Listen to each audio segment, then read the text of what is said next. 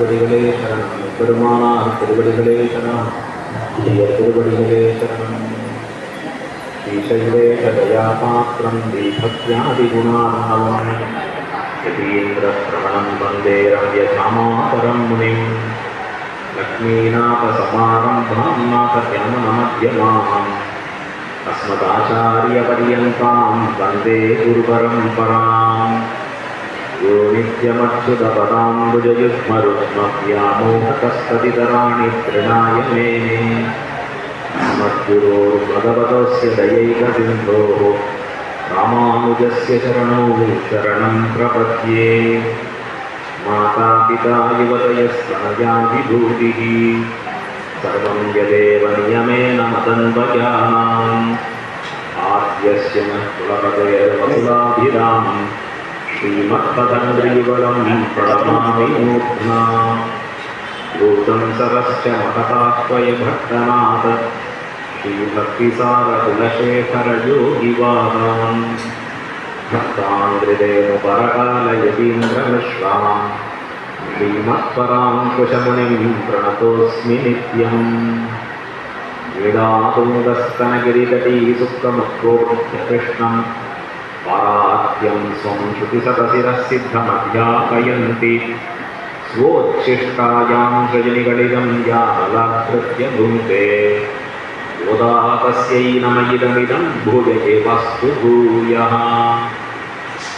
அன்னவயல் புதுவை ஆண்டாள் அரங்கற்கு பன்னதிருப்பாவை பல்வதியம் இசையால் பாடிக் கொடுத்தாள் நற்பாமாலை பூமாலை சூடிக் கொடுத்தாளை சொல்லு. சூடிக் கொடுத்த ஜோதகுடியே தொல்காவை ஆடு உடவல்ல பல்வளையாய் நாடினீர் வேங்கடவர்க்கு என்னை விதி என்ன இம்மாக்கம் நான் கடவா வண்ணமே நல்கு. ஸ்ரீமத் கிருஷ்ண சமாத்வாய நமோ யாமுனசூனவே யத்தராட்சைகலக்ஷ்யாணாம் சுலப ஸ்ரீதரஸ்வதா.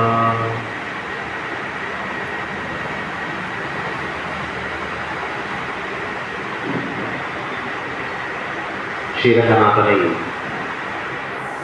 அடைய வேண்டும் என்கிற பெரும் காதலோடு கூடியிருப்பவளாய் குழந்தைகளிடத்திலே மிகவும் கருணை பொருந்தியவளாக இருக்கக்கூடியவளான பூமி பிராட்டியே ஆண்டாளாக திருவதாரம் செய்து நம்மையெல்லாம் உய்வதற்குண்டான ஒரு மார்க்கத்தை காண்பிக்க வேண்டும் என்கிற பெரும் கருணையாலே, அதுவும் அந்த வழி எளிமையாக இருக்க வேண்டும், இனிமையாக இருக்க வேண்டும், உயர்ந்த கதியை கொடுப்பதாக அமையப்பெற வேண்டும் என்கிற உயர்ந்த நோக்கோடு ஆண்டாள் தாம் அருளியிருக்கக்கூடிய 30 பாட்டுக்கள், சம்ஸ்கிருதத்தில் அதை பாசுரம் அப்படின்னு சொல்லுவோம். பாக்கள் ஸ்வரங்களோடு கூடியவைகளாக இருக்கிறபடியாலே வெறும் பாட்டுக்கள்னு சொல்றதில்லை, பாசுரங்கள்னு சொல்றோம். முதல் பாட்டு அப்படின்னு சொல்றதில்லை, முதல் பாசுரம் அப்படின்னு சொல்றோம். இயற்கையாகவே ஆண்டாள் அருளி செய்திருக்கக்கூடிய இந்த திருப்பாவையில வேதாந்தங்களிலே காட்டப்பட்டிருக்கக்கூடிய உயரிய கருத்துக்கள் மிக எளிமையாக மிக இனிமையாக எல்லாருக்கும் சுலபமாக பற்றும்படியாக காண்பித்து கொடுத்தார். பீஷ்மர் அம்பு படுக்கையில படுத்துருக்கார். பகவான் கிருஷ்ணன் யுதிஷ்டிரனை பார்த்து சொல்றான், தர்மபுத்திரரே, உமக்கு கிடைத்திருக்கக்கூடிய ஒரு அரிய வாய்ப்பு, மிகப்பெரியவர், நைஷ்டிக பிரம்மச்சரியம் உடையவர், நல்ல ஞானம் பொருந்தியவர், கொஞ்ச நாளைக்கு இருக்க போறார், அப்புறம் பரமதிக்க போறார். அவரை கடைசி காலத்திலேயாவது பிடித்துக் கொள், அவரிடத்திலிருந்து நல்ல அர்த்தங்களை கேட்டு தெளிந்து கொள். உடனே யுதிஷ்டிரன் போறான், பீஷ்ம பிதாமகரை பார்த்து கேட்கிறான், கோதர்ம சர்வதர்மானாம் பவதா பரமோமதா கிம் ஜபன் உச்சதே ஜந்துகு ஜன்ம சம்சார பந்தனாது. தேவரீர் திருவுள்ளத்துக்கு தகுந்த உயர்ந்த தர்மம் இது, கொஞ்சம் சொல்ல வேண்டும். தேவரீருடைய அபிப்பிராயமாக அதை எது என்று சொல்ல வேண்டும் என்று கேட்கிறார். ஞானிகள்கிட்ட போய் கைகூப்பி தர்மங்களை சொல்லுங்கன்னா லட்சம் கோடி தர்மங்களை சொல்லிடுவோம். ஆனா அப்படி கேட்க முடியாது. எது உங்கள் திருவுள்ளத்துக்கு உகந்ததோ, எது எங்களுக்கு பிரயோஜனம் ஆகும் என்று நினைக்கிறீர்களோ அதை சொல்ல வேண்டும். கடையில வச்சிருக்கிறதெல்லாம் வாங்கி நாம போட்டுக்க முடியும். நமக்கு எது வேணும், எந்த சைஸ்ல வேணும், எந்த ரேட்ல வேணும், இதெல்லாம் பார்த்து தானே வாங்கி போட்டுக்கிறோம்.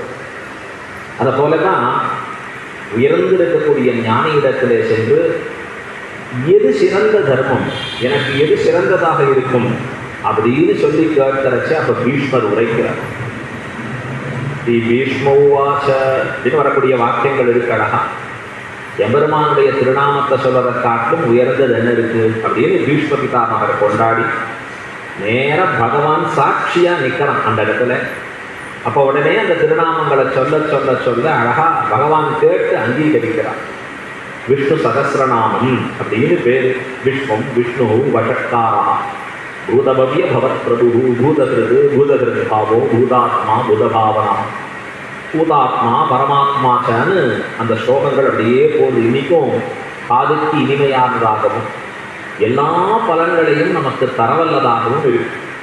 இந்த போலதான் ஆண்டாள் நாமெல்லாம் வீவதற்குண்டான வழியாக தான் எந்த மார்க்கத்தை கடைபிடித்து நின்றாலோ அந்த மார்க்கத்தை நமக்கும் உபதேசிக்க வேண்டும் என்கிற ஒரு பேரபாவாலே திருப்பாவையாகிற 30 ரத்னங்களை நமக்கு அருளி செய்தார்.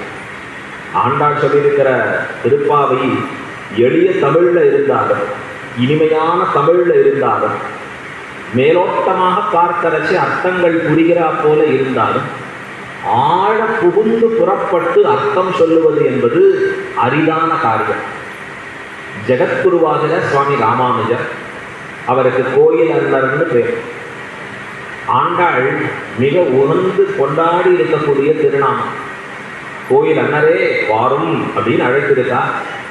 திருப்பாவை ஜீயர் என்றும் பெயர் பெற்றவர் சுவாமி ராமானுஜர்.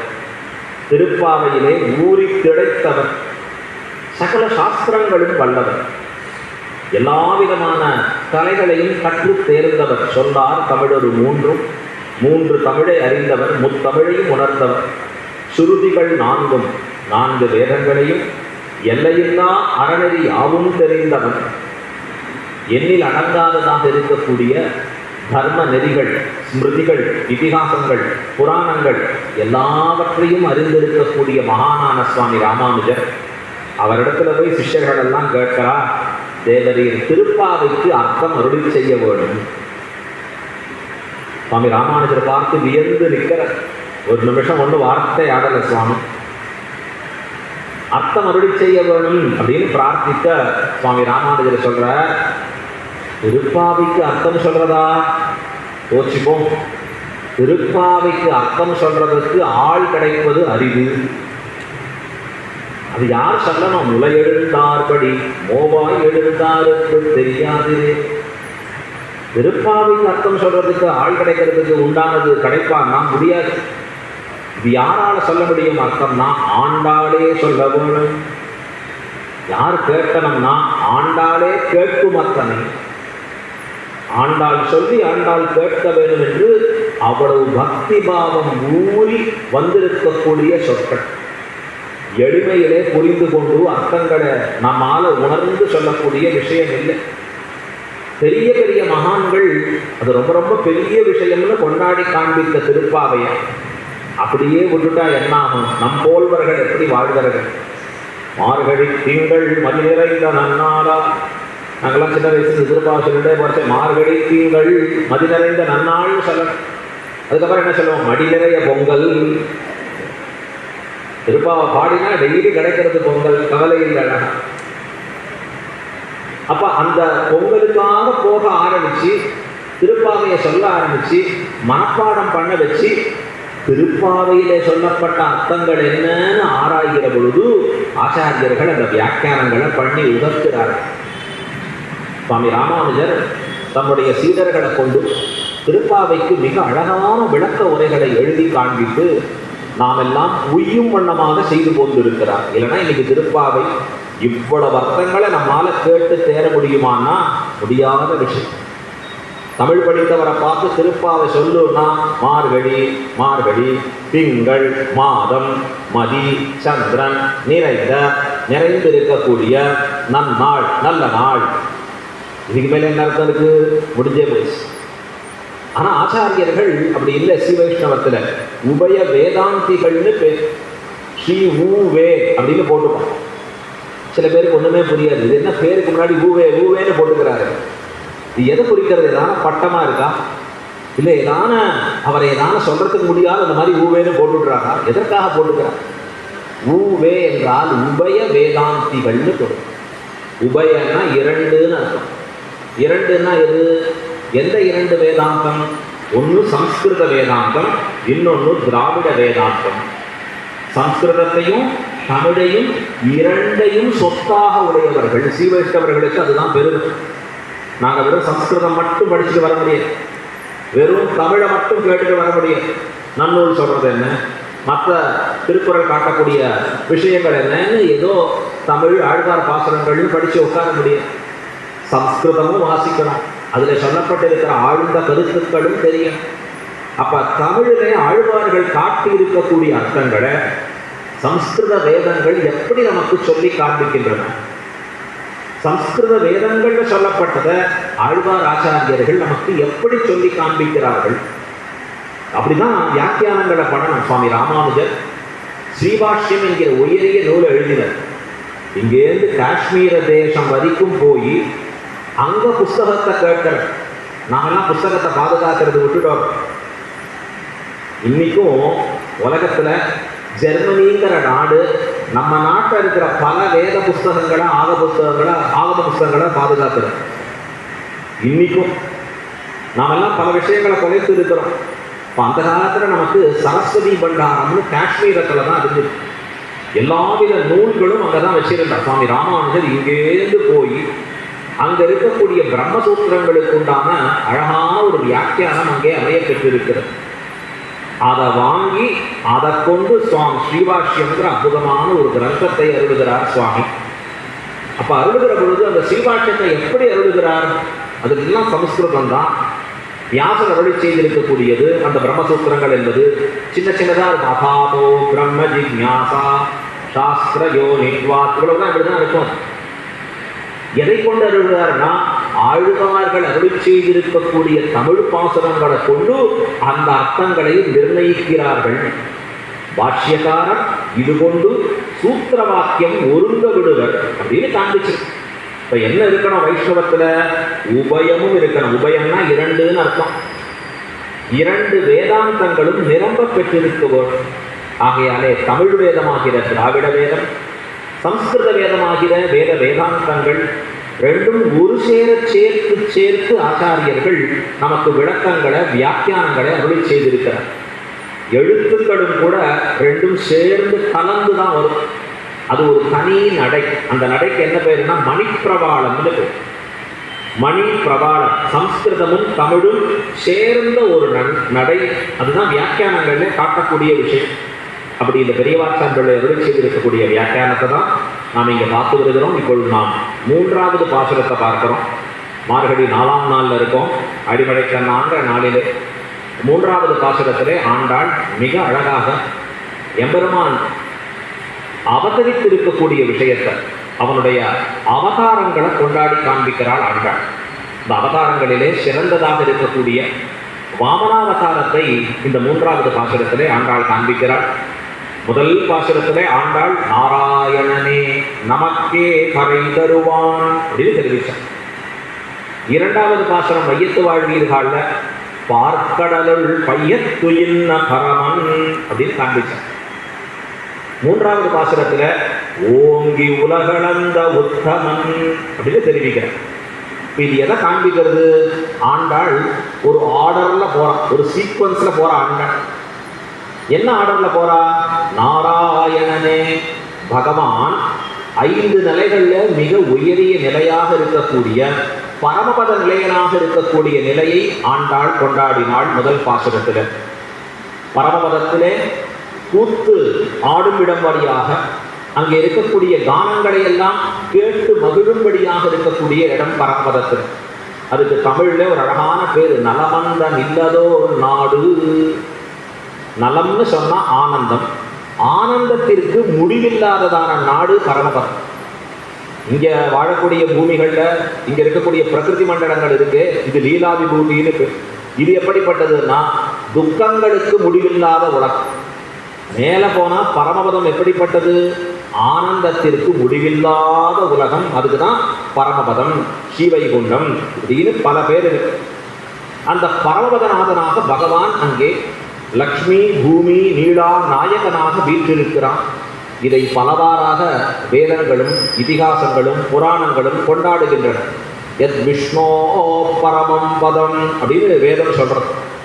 வைகுண்டே து பரே லோகே ஸ்ரீ சகாயோ ஜனார்தனः உபாபியாம் பூமி நீலாபியாம் சேவித பரமேஸ்வரः அப்படின்னு புராணங்கள் சொல்றது. அதற்கு மேலே ஆழ்வார்கள் தங்கள் பாசுரத்திலே வைகுந்தமாநகர் மற்றது கையதுவே, வைகுந்தம் புகுவது மன்னவர் விதியே என்று பலவாறாக வைகுந்தத்தை போற்றி புகழ்ந்து பாடியிருக்கிறார்கள். இது இருக்கிறதுலேயே உயர்ந்த ஸ்தானம். முன்னாடியே சொன்ன மாதிரி உள்ள போறதுக்கும் வெளில வர்றதுக்கும் நோ என்ட்ரி தான் அந்த போர்டு. சுலபத்தில் உள்ள போக முடியாது, போனா திரும்பி வர முடியும். அதுக்கு என்ன பேரு, நச்சபுனராவர்த்ததே நச்சபுனராவர்த்ததே. மோட்சத்துக்குண்டான வழி என்று காண்பிக்கக்கூடிய பல இடங்கள் இருக்கு. இப்போ திருக்குறள் நாம பார்க்கிறோம். திருக்குறள் 3 பத்தி பேசிட்டு, அறம் பொருள் இன்பம். பேசாத ஒன்று வீடுங்கிறத பேசல திருக்குறள். தர்ம அர்த்த காம மோட்சன்னு சொல்லக்கூடிய 4 பலன்களை கொடுப்பவனாக பகவான் இருக்க, அதிலே 4வதாக சொல்லப்பட்டதான மோட்சம், அந்த மோட்சத்தை பத்தி விவரிக்கல. ஆனா முதல்ல சொல்லப்படக்கூடிய குறள் இருக்கிறது, எப்படி ஒரு தெய்வத்தை தொடக்கூடியதாக அமையப்பட்டிருக்கக்கூடிய குறள் இருக்கு. அகர முதல்ல எழுத்தெல்லாம் ஆதிபகவன் சொல்லி அப்பா அந்த இடத்துல காண்பிக்கிறார். எந்த இடத்துல மாலடி சேர்ந்தார், அந்த இடத்துல எம்பெருமானுடைய மலர்மிசை ஏகினார் அப்படின்னு வரக்கூடிய அர்த்தங்கள் எல்லாம் எதை காண்பிக்கிறதுனா பகவானுடைய திருவடியை சென்று சேருதல். திருவடி சார்ந்தார்னு சொல்லுவோம் ஸ்ரீவைஷ்ணவத்துல. அப்படின்னா என்ன அர்த்தம், பரமபதத்தை அடைந்தார், வைகுண்ட பிராப்தி அடைந்தார் அப்படின்னு அர்த்தம். அர்த்தங்கள் எல்லாம் கொஞ்சம் தெரிந்து சொல்லணும். தப்பா சொல்லிட்டாலும் போச்சு. சுவாமி திருவடி சாத்த வேணும் அப்படின்னா சுவாமி திருவடி எங்கள் வீட்டில் பட வேணும். சுவாமி திருவடி சார்ந்தார்னா போயிட்டாருன்னு அர்த்தம், பரமதித்தா. ஒரு சொல்லு அப்படி மாறிட்டுனா கூட அர்த்தமே மாறிடு. சிவைஷ்ணவத்துல அழகா பிரயோஜனப்படுத்தணும். பரமபதம்னு சொல்லக்கூடிய உலகம், அங்க இருக்கிற பகவான் அவன் என்ன சொல்ற, ஆண்டாள் நாராயணனே. பரமபதத்துல எட்டாக்கனியா இருந்தா போற, அது யாரோ சில பேருக்கு தான். ராமானுஜ திருவடி சம்பந்தம் பெற்ற அடியார்களை முமுட்சுக்களாக இங்க வைத்து பகவான் அங்கே முக்தனாக கொண்டு போய் சேர்க்கிறான். அவர்கள் எப்படி போவார், போற மார்க்கம் அர்ச்சிராதி மார்க்கம்னு பேரு. இதெல்லாம் வேதங்கள் வர்ணிக்கின்றன. வேதம் மட்டும் இல்ல, ஆச்சாரியர்கள் சொல்றார். சூழ்விசும் பனிமுகில் சூரிய முழக்கின, ஆழ்கடல் கலையிறை கையெடுத்தாடின, 7 பொழிலும் வலமேந்திய என்னப்பன் அப்படின்னு சொல்றார் அழகா. வாழ்வுகர் நான்மன் தமரை கண்டு வந்தே என்று இவன் போகக்கூடிய மார்க்கத்தை வர்ணிக்கிறதா. ஒரு முக்தனாக ஒரு ஆத்மா இந்த இடத்துல சரீரத்தை விட்டு புறட்டு போறது இருக்கே, உலகமே கொண்டாடும்படியா இருக்கான் இந்த பரமத்தை அடைந்து நிறுத்த. அதைத்தான் ராமானுஜர் நமக்கு எட்டாத கனியாக எட்டும் கனியாக மாற்றினார். உய்ய ஒரே வழி உடையவர் திருவடி என்று சொல்வதற்குண்டான காரணம் என்ன, அந்த எளிமையாக அந்த பரமபதத்தை ஆக்கி கொடுத்தவர் ராமானுஜர். ராமானுஜ சம்பந்தம் உடையவர்களுக்கு மோட்சம் நிச்சயம் என்று ஸ்ரீரங்கநாதன், அங்க இருக்கக்கூடிய திருவேங்கடமுடையான், அதற்கு மேலே இருக்கக்கூடிய காஞ்சிபுர வரதராஜ பெருமாள் எல்லாரும் சேர்ந்து சொன்ன வார்த்தை. அந்த பரமபத நிலையினை பார்த்து ஆண்டாள் நாராயணனே அப்படின்னு முதல் படியில கொண்டாடினான். 2வது பாசுரத்துல பார்க்கடலுள் பையத்துயின்ன பரமன், இது 2வது நிலை. இதற்கு வியூக நிலைன்னு பேர். வியூகம் என்றால் க்ஷீராப்தி என்கிற திருப்பார்க்கடலிலே சயனித்திருக்கிறான் பகவான். தன்னாலே படைக்கப்பட்டிருக்கக்கூடிய தேவர்களுக்கு ஏற்படக்கூடிய குறைகளை தான் அங்கிருந்து நிவர்த்தி செய்கிறான். அதுக்குதான் வியூக நிலைன்னு பேரு. அங்கேந்து புறப்பட்டு திருப்பார்கடல்ல வந்து சயனித்திருக்கிறான் பகவான். அது இரண்டாவது நிலை. அதைத்தான் இரண்டாவது பாசுரத்திலே ஆண்டாள் பார்க்கடலுள் பையத்துயின்ன பரமன் அப்படின்னு பேசினான். அடுத்தது அங்கிருந்து புறப்பட்டு பூலோகத்திலே இருக்கக்கூடிய நம்மை குளிர நோக்க வேண்டும், நமக்கு கட்டாட்சிக்க வேண்டும், நமக்கு நல்லதை சொல்லி தரணும்னு ஆசைப்பட்டு பல பிறவிகளை எடுக்கிறான் பகவான். அதற்கு என்ன பேரு? அவதாரங்கள்னு பேர். நமக்கு தெரிஞ்ச 10 அவதாரம்: மத்ஸ்யம், கூர்மம், வராகம், நரசிம்மம், வாமனம், பரசுராமம், ராமம், பலராமம், கிருஷ்ணம், கல்கின்னு ஒரு 10 அவதாரம் பேர் சொல்லுவோம். ஆனா பகவான் சொல்றான், அவதார சகசிராணி கல்பே கல்பே கரோம்யகம். அவதாரங்கள் எண்ணிலடங்காதவைகளாக நான் எடுத்துக்கொண்டிருக்கிறேன். ஆழ்வார் தமிழ் பாசுரத்தை சொல்றார், என்னின்ன யோனியுமாய் பிறந்தாய் இமையோர் தலைவா. என்னின்ன யோனியுமாய் பிறந்தாய், எத்தனை ஜென்மாக்களை நீ எடுத்து போன்ற. எதற்காக? நம்மை காக்க வேண்டும் என்பதற்காக. இப்படி பல பிறப்புகளை எம்பெருமான் எடுக்கிறானே. கீதையிலேயே தானே சொல்லியிருக்கான், பகூனி மே வியதீதானி ஜன்மானி தவசார்ஜுன தான்யகம் வேத சர்வாணி நத்வம் வேத்தி பரந்தப. ஏ அர்ஜுனா, எத்தனை பிறவிகளை நான் எடுத்திருக்கேன் தெரியுமா? உன்னை போலதான்டா நானும். உனக்கும் பல பிறவிகள், எனக்கும் வித்தியாசம் இருக்கான்னா நிறைய வித்தியாசம் இருக்கு. அது என்னங்கிறத பின்னாடி பார்ப்போம். இப்படி அவன் வந்து நமக்காக பிறக்கிறானே பூவலகத்திலே, அதற்கு அவதாரங்கள்னு பேர். அவதாரம்னா என்ன எடுக்கும்? அவதரதி. இப்போ நாம எல்லாம் மேலே இருக்கோம், மேலேருந்து கீழே இறங்கணும். படிக்கட்டில் கீழே இறங்கி போறோம். அப்படி பகவான் மேலேருந்து கீழிறங்கி வருதலுக்கு தான் அவதாரம் என்று பெயர். அப்படி பகவான் அவதாரமாக செய்வதுதான் வாமனாவதாரம். அதைத்தான் இந்த 3வது பாசுரத்திலே ஆண்டாள் ஓங்கி உலகளந்த உத்தமன். இவளுக்கெல்லாம் என்ன ஆசை? ஆழ்வார்களுக்கும் ஆச்சாரியர்களுக்கும்னா, பெருமாள் எந்த வழியில போவாரோ அந்த வழியில அடியொற்றி போமவர்கள் இவர்கள்.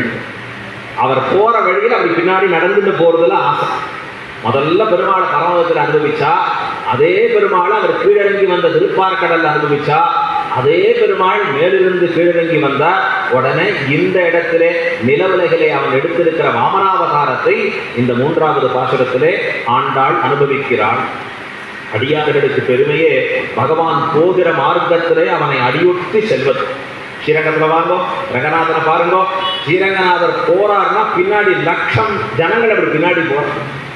ஆயிரக்கணக்கான பேர் பின்தொடர்கிறாள். ஏன்னா பெருமாள் பின்னாடி போறதுதான் நமக்கு பாக்கியம். மற்றவா யார் யார் பின்னாடியோ போனா கடைசியில பேட்டி கொடுக்குறான், நான் நடுத்தருவிலே நின்றேன்.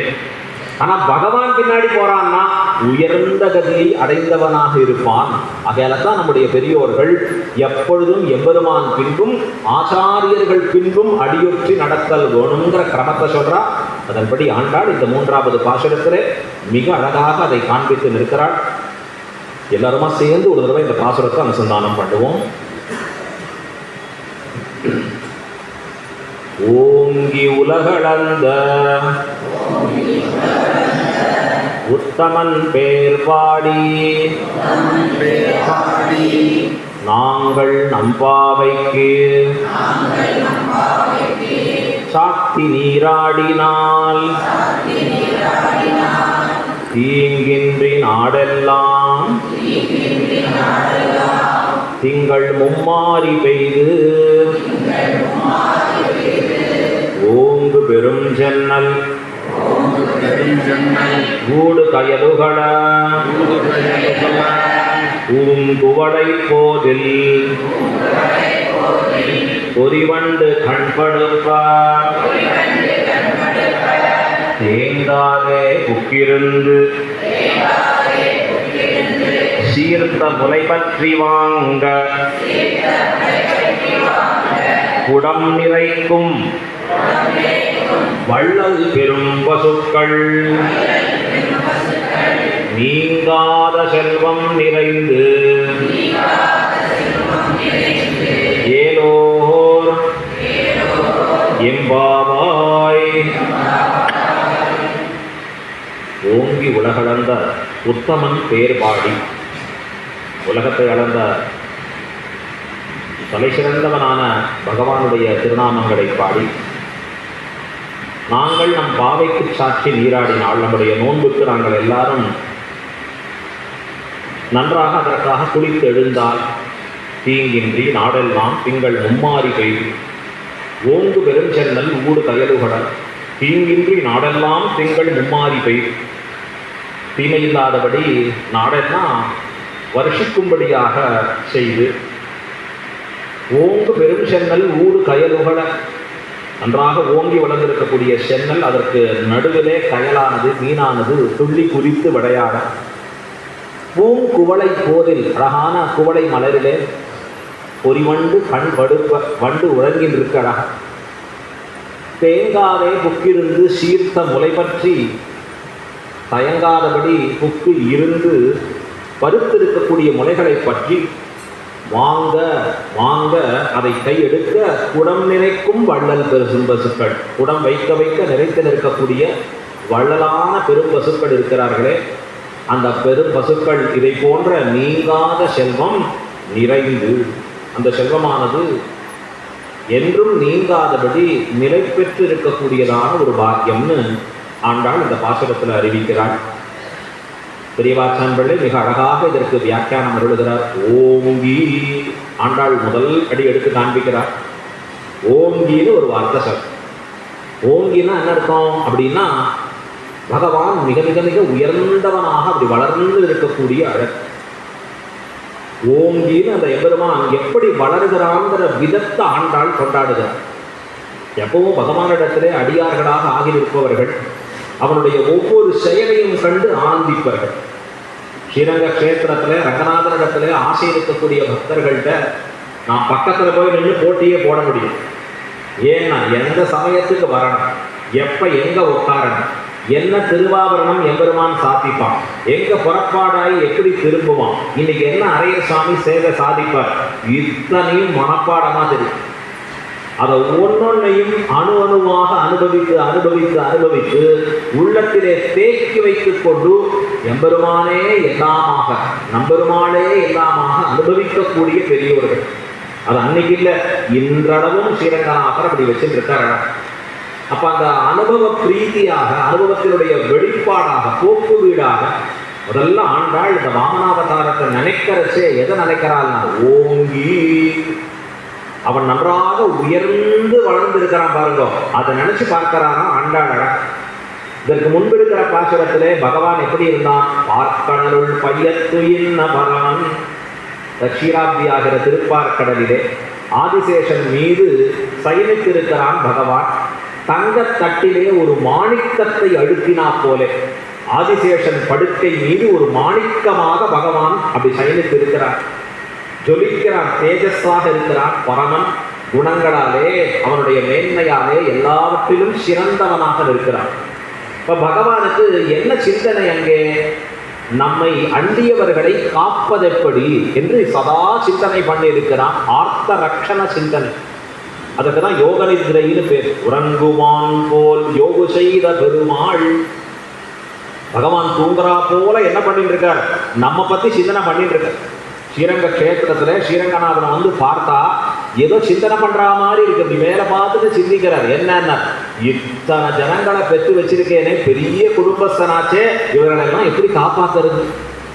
நமக்கு அப்படி கவலை இல்லை. அவரை போய் ஒரு நிமிஷம் பார்த்து ஹலோ ஹலோன்னு எப்படி என்னென்ன, நான் ஒரு தடவை அவரை பார்த்து ஹலோ சொல்லிட்டேன், அவ்வளோதான், முடிஞ்சு போச்சு, எல்லாம் அவருடைய பொறுப்பு அழகா. ஆனா ஸ்ரீரங்கநாதன் நம்ம பத்தி சிந்திக்கிறார். ஐயோ இவர்களுக்கு என்ன நன்மை பண்ணணும், எப்படி பண்ணணும்.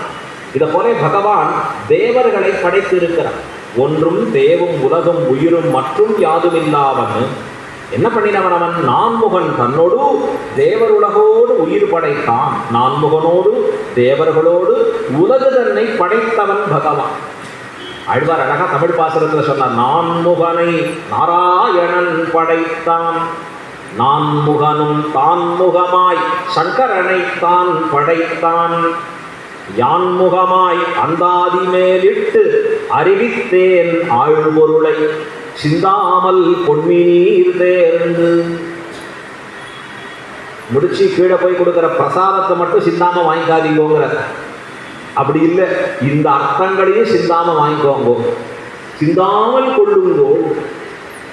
ஏன் சிந்தாமல் சிதறாமல்னா வேறு பக்கம் கவனம் இல்லாம கரெக்டா கேளுங்க. பகவான் நான்முகனை படைக்க, நான்முகன் சங்கரனை படைக்க இப்படி சிருஷ்டி பகுமுக ஆயிற்றுன்னு காண்பிக்க. இப்படி பல தேவர்களை பகவான் படைத்து வைத்திருக்கிறச்சு. சாஸ்திரத்தை அனலைஸ் பண்ணா எத்தனை தேவர்கள்? 30 முக்கோடி தேவர்கள் காண்பிக்க. 33 கோடி தேவர்கள். அத்தனை தேவர்கள் பேர் இருக்கு. நமக்கு தெரிஞ்சது ஏதோ 1-2 பேர் நம்ம ஊர்ல அங்க இங்க இருக்கிற பேர் தெரியும், அவ்வளவுதான். சாஸ்திரம் சொல்றதை கேட்டா தலையை சுற்றி நாட்டினான் தெய்வமெங்கும், எங்கும் தெய்வங்களை நாட்டினான் பகவான், நல்லதோர் அருள் தன்னாலே காட்டினான் திருவரங்கம் உய்பவர்க்கு உய்யும் வண்ணம் அப்படின்னு ஆழ்வார் தெரிவிக்கிறார். எல்லா தெய்வங்களையும் படைச்சது மட்டும் போருமா, அவர்களை ரட்சிப்பதும் தன்னுடைய பொறுப்பு. ஆகையால தான் அந்த ரக்ஷணங்கிற டிபார்ட்மெண்ட்டை தானே வச்சுட்டு இருக்கான் பகவான். இவர்களுக்கு என்ன நன்மை செய்வது என்று தான் யோசித்துக் கொண்டிருக்கிறான் இந்த திருப்பார்கடல்ல. அப்ப யாரும் தன்னை ரட்சிப்பதற்கு அழைக்கவில்லைங்கிற பொழுது பகவான் சோர்வுல இருக்கானா.